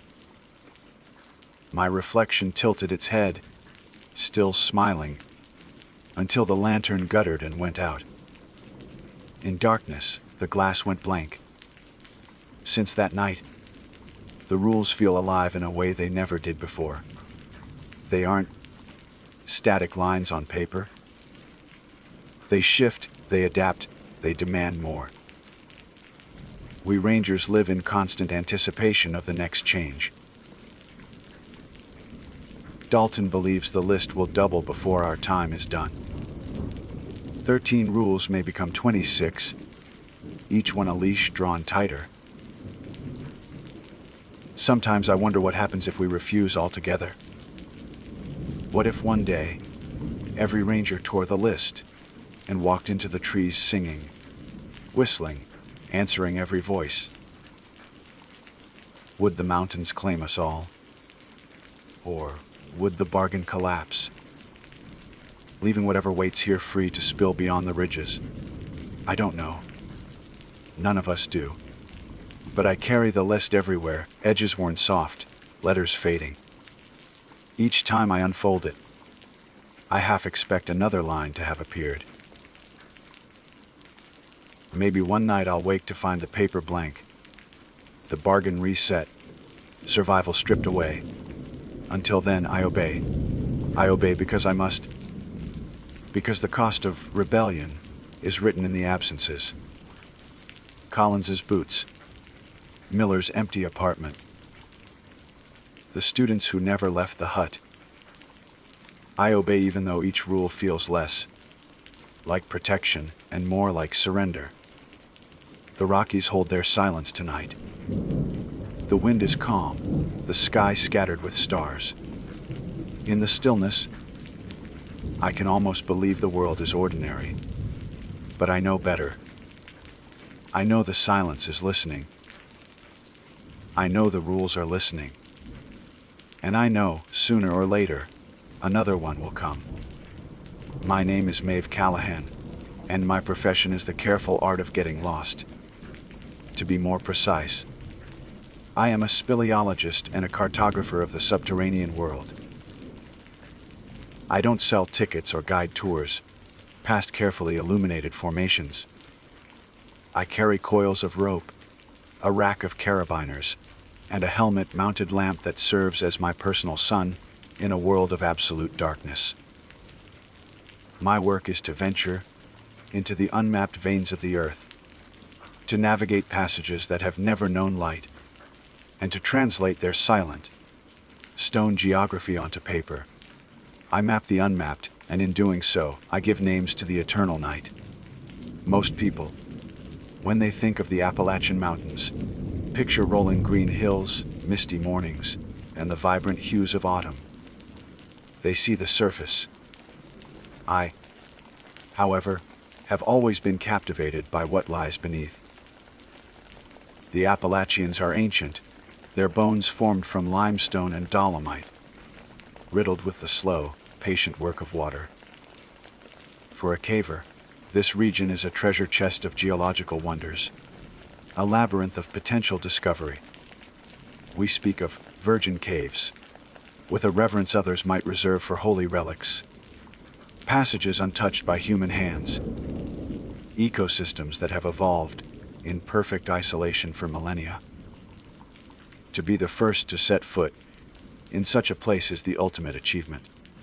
It is a quiet, profound communion with deep time. It was through the hushed, informal network of serious cavers, a community that trades rumors and survey data like currency, that the whispers of the Fortescue Cavern System in the more remote reaches of North Carolina. It wasn't listed in any official geological survey. It was a ghost, a piece of folklore that persisted with stubborn tenacity. The stories were old, deeply woven into the local history, and tangled with the legends of the Cherokee, people who had inhabited these mountains for centuries. They claimed the cavern was more than just a cave. It was an entrance to the underworld, a place to be shunned. The legends spoke of an ancient, enigmatic race who dwelled within the mountain's heart, the Nunhe, or the moon-eyed people. They were described as small, almost frail humanoids with skin as pale as bleached bone and enormous, dark eyes that were painfully sensitive to the light of the sun. They were said to be nocturnal, emerging only on the darkest nights to tend to their mysterious subterranean gardens. As a scientist, I found the folklore fascinating. I theorized that it could be a distorted collective memory, perhaps of an earlier, displaced tribe, or even a fanciful description of the first European explorers, whose pale skin and strange tools might have seemed otherworldly. I saw it as a rich cultural artifact, a story to be documented and preserved. I never for a single moment believed it was real. The allure of Fortescue was irresistible. An unmapped system tied to such a compelling legend was the sort of challenge that defined a career. This was my Everest, and that is why I broke the most sacred, inviolable rule of caving. I went in alone. Every safety protocol, every instinct honed over years of experience, screamed against it. A lone caver is a dead caver if a rope jams, an ankle twists, or a light fails. But this felt different. This was personal. The thought of sharing the discovery, of having another voice echo in a place that had been silent for eons, felt like a desecration. I wanted to be the first and only witness. My descent began at dawn. I rappelled into the main entrance, a colossal cathedral, like sinkhole veiled in morning mist. The air grew cooler and heavier with each meter I dropped, the scent of damp earth and wet limestone replacing the pine, scented air of the forest above. My rope was a single silver thread connecting me to the sunlit world, a world that shrank to a bright, distant coin as I sank deeper into the earth's gullet. For the first few hours, the cavern was a showcase of breathtaking speleothems. I moved through passages adorned with colossal stalactites that hung like stone chandeliers and passed silent.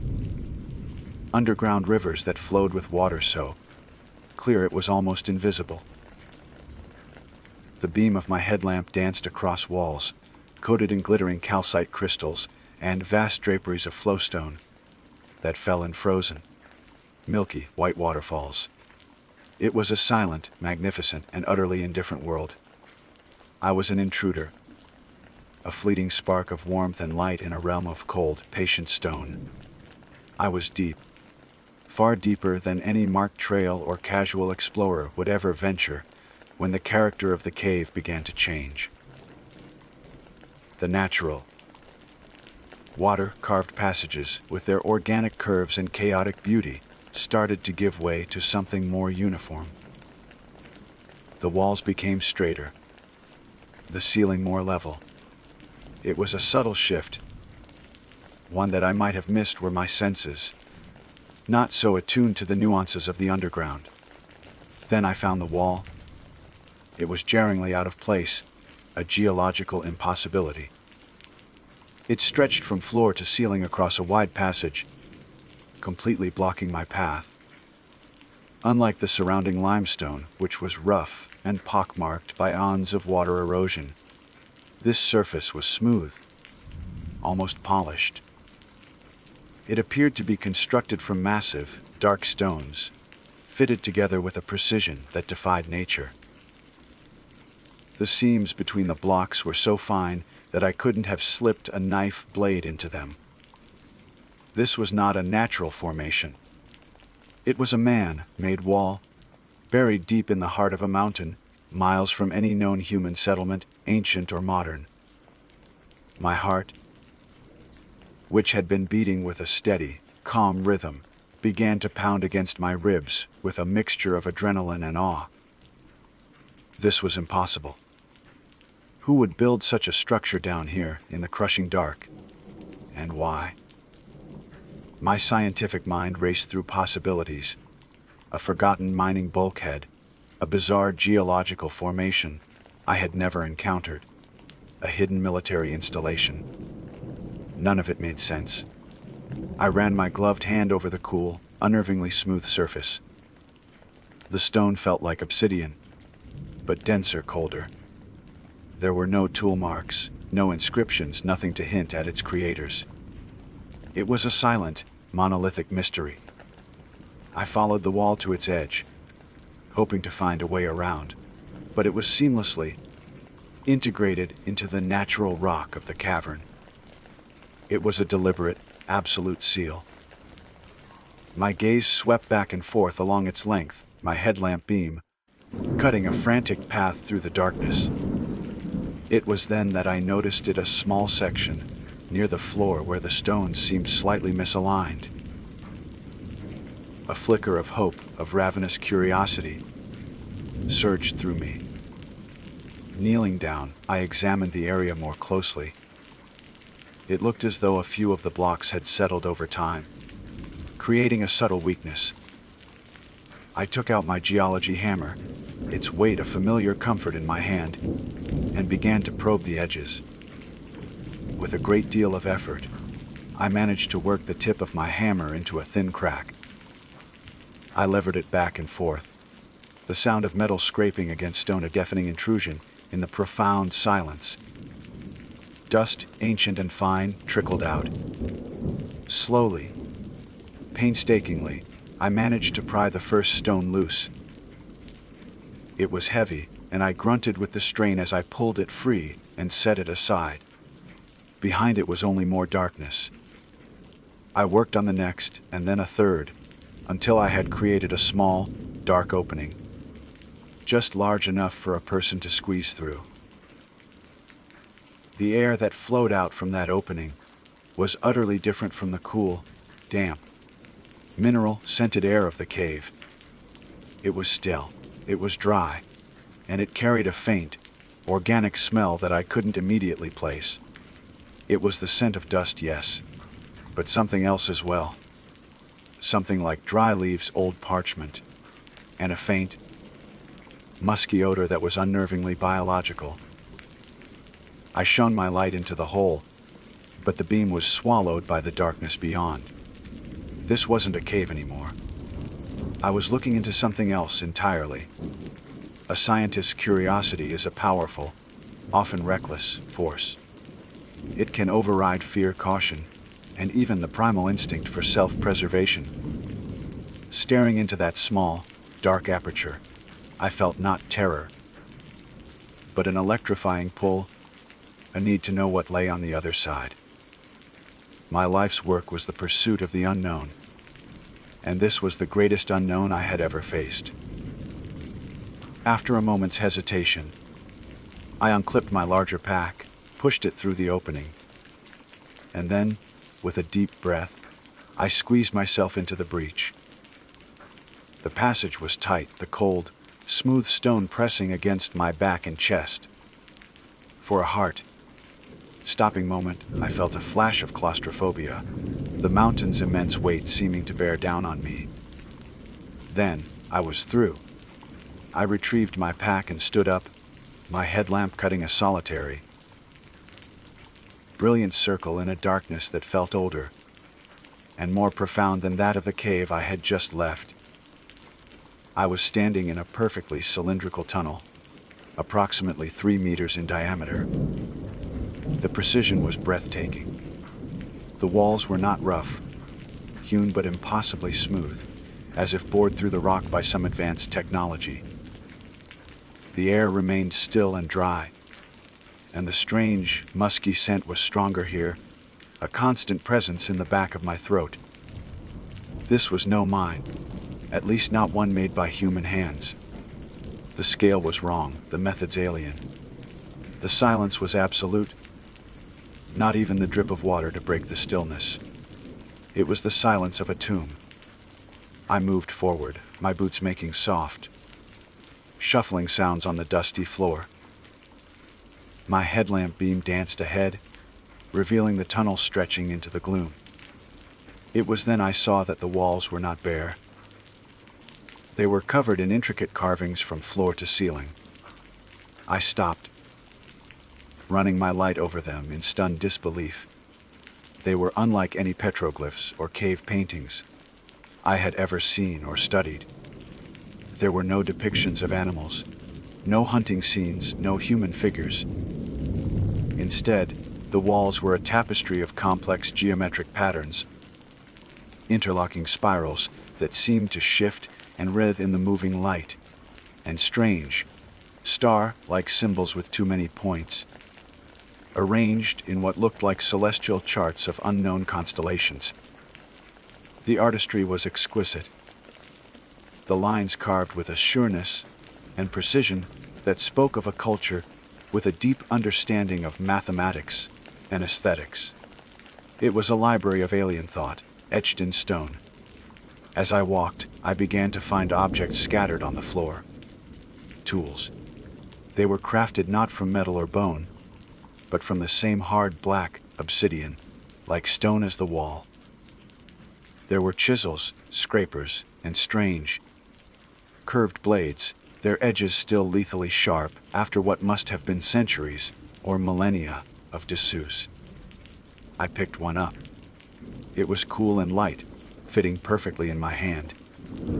The craftsmanship was remarkable. This place wasn't just a structure, it was a workshop, a place of industry. But who were the artisans? And what were they creating, so far from the sun? A flicker of movement in a side passage ahead caught my eye. It was instantaneous, a pale blur at the very edge of my vision. "Hello," I called out, my voice sounding thin and shockingly loud in the oppressive silence. "Is someone there?" My first thought, a desperate, rational one, was that another caver had somehow found this place. Perhaps a rival expedition I hadn't heard about. But the silence that answered my call was heavy and complete. There was no reply, no echo of another human voice. There was only the soft thumping of my own heart. I moved forward more cautiously now, my earlier sense of academic wonder beginning to curdle into a more primal unease. I swept my light from side to side, probing every shadow. I saw it again. A pale shape, quicker this time, darting into a narrow crevice in the tunnel wall. It was too fast to be human, too fluid.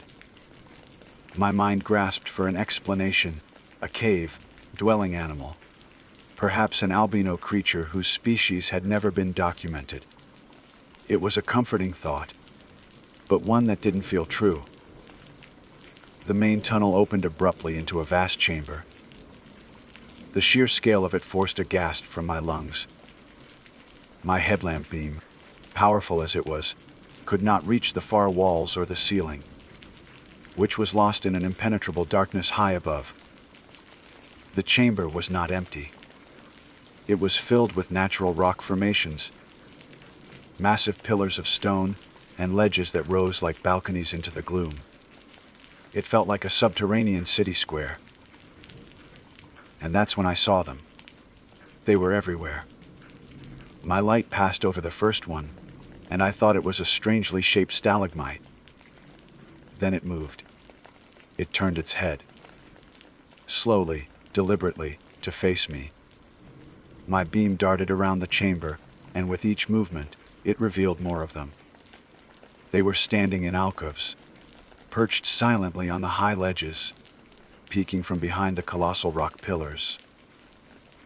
There were dozens of them, perhaps hundreds. They were small, no taller than 4 feet, with unnervingly slender limbs and bodies wrapped in simple, woven garments of a pale, fibrous material. Their skin was the color of bleached bone, a stark, luminous white against the profound blackness of the chamber. Their faces were dominated by enormous, dark, liquid eyes. They were perfectly round, occupying almost half of their delicate, heart-shaped faces, and they had no visible pupils or irises. They were just voids, pools of night, that seemed to drink the light from my lamp. The legends were real. The Cherokee stories were not folklore. They were a warning. I was looking at the moon-eyed people. They didn't move, other than to turn their heads in perfect, eerie unison to follow the path of my light. They didn't speak. They made no sound at all. They just watched me. Their huge, unblinking eyes reflected my beam with a flat, unnerving sheen, like the eyes of a deep sea creature. There was no discernible emotion in their gaze. No aggression, no fear, no curiosity. There was only a silent, collective, overwhelming scrutiny. It was the most profoundly terrifying thing I've ever experienced. I felt like a microbe on a slide, an object of dispassionate, alien observation. My throat was dry, my tongue felt thick. I tried to speak, to make some gesture of peace. I mean you no harm. I managed to croak the words barely a whisper. The silence was my only reply. A silence so complete it felt like a physical weight pressing in on me. I began to back away, one slow, deliberate step at a time, my light still fixed on the silent figures. I didn't dare turn my back on them. With every step I took, dozens of pale heads tracked my movement, a synchronized, silent ballad of watchers. They were a waiting city, a dormant hive, and I had just kicked it. I felt a crushing sense of isolation, of being the only one of my kind in a world where I did not belong. As I backed into the entrance of the tunnel, my light swept across a section of the wall near the opening, a carving I hadn't noticed on my way in. It was larger and more detailed than the others. It depicted figures like them, their slender forms and huge eyes unmistakable. But they were not just standing. They were gathered in a circle, surrounding a much larger figure. A human, clearly identifiable by its proportions. And in their small, pale hands, each of the moon-eyed people was holding a sharp, obsidian knife. The human figure was on its knees. My blood went cold. A wave of ice and adrenaline washed through me, so potent it almost made me sick. This wasn't a city. It wasn't a workshop. It was a larder. A temple. It was a trap.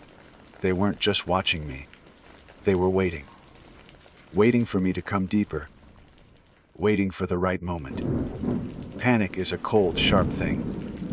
It bypasses reason and seizes control of your limbs, turning you into a creature of pure instinct. The image of the carving, the kneeling human, the circle of pale figures with their obsidian knives, was burned onto the inside of my eyelids. Every second I remained in that tunnel felt like an eternity borrowed on stolen time.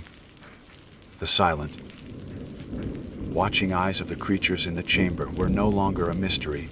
They were a promise. I didn't back away anymore. I turned and ran. My controlled, cautious movements were replaced by a clumsy, frantic scramble back down the cylindrical tunnel.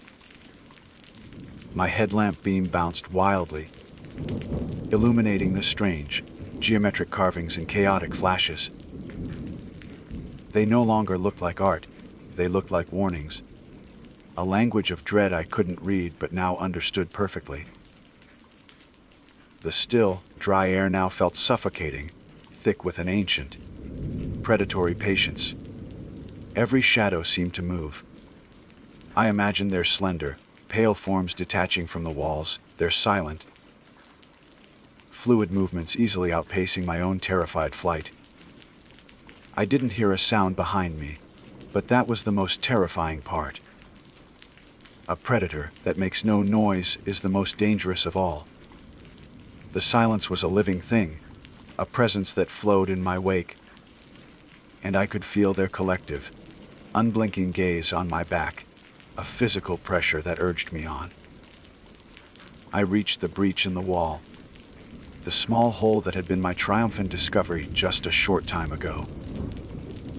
Now it was my only escape, a narrow bottleneck between their world and mine. I threw my pack through first, the sound of it thudding on the other side, echoing unnaturally in the tomb, like quiet. I scrambled after it, scraping my back and hips on the rough edges of the stones I had removed. For a terrifying moment, my caving suit snagged on a sharp edge. I was stuck. A wave of pure, animal terror washed over me. I imagined small, cold hands grabbing my ankles, pulling me back into the darkness forever. With a surge of adrenaline, I ripped myself free, tearing the fabric of my suit.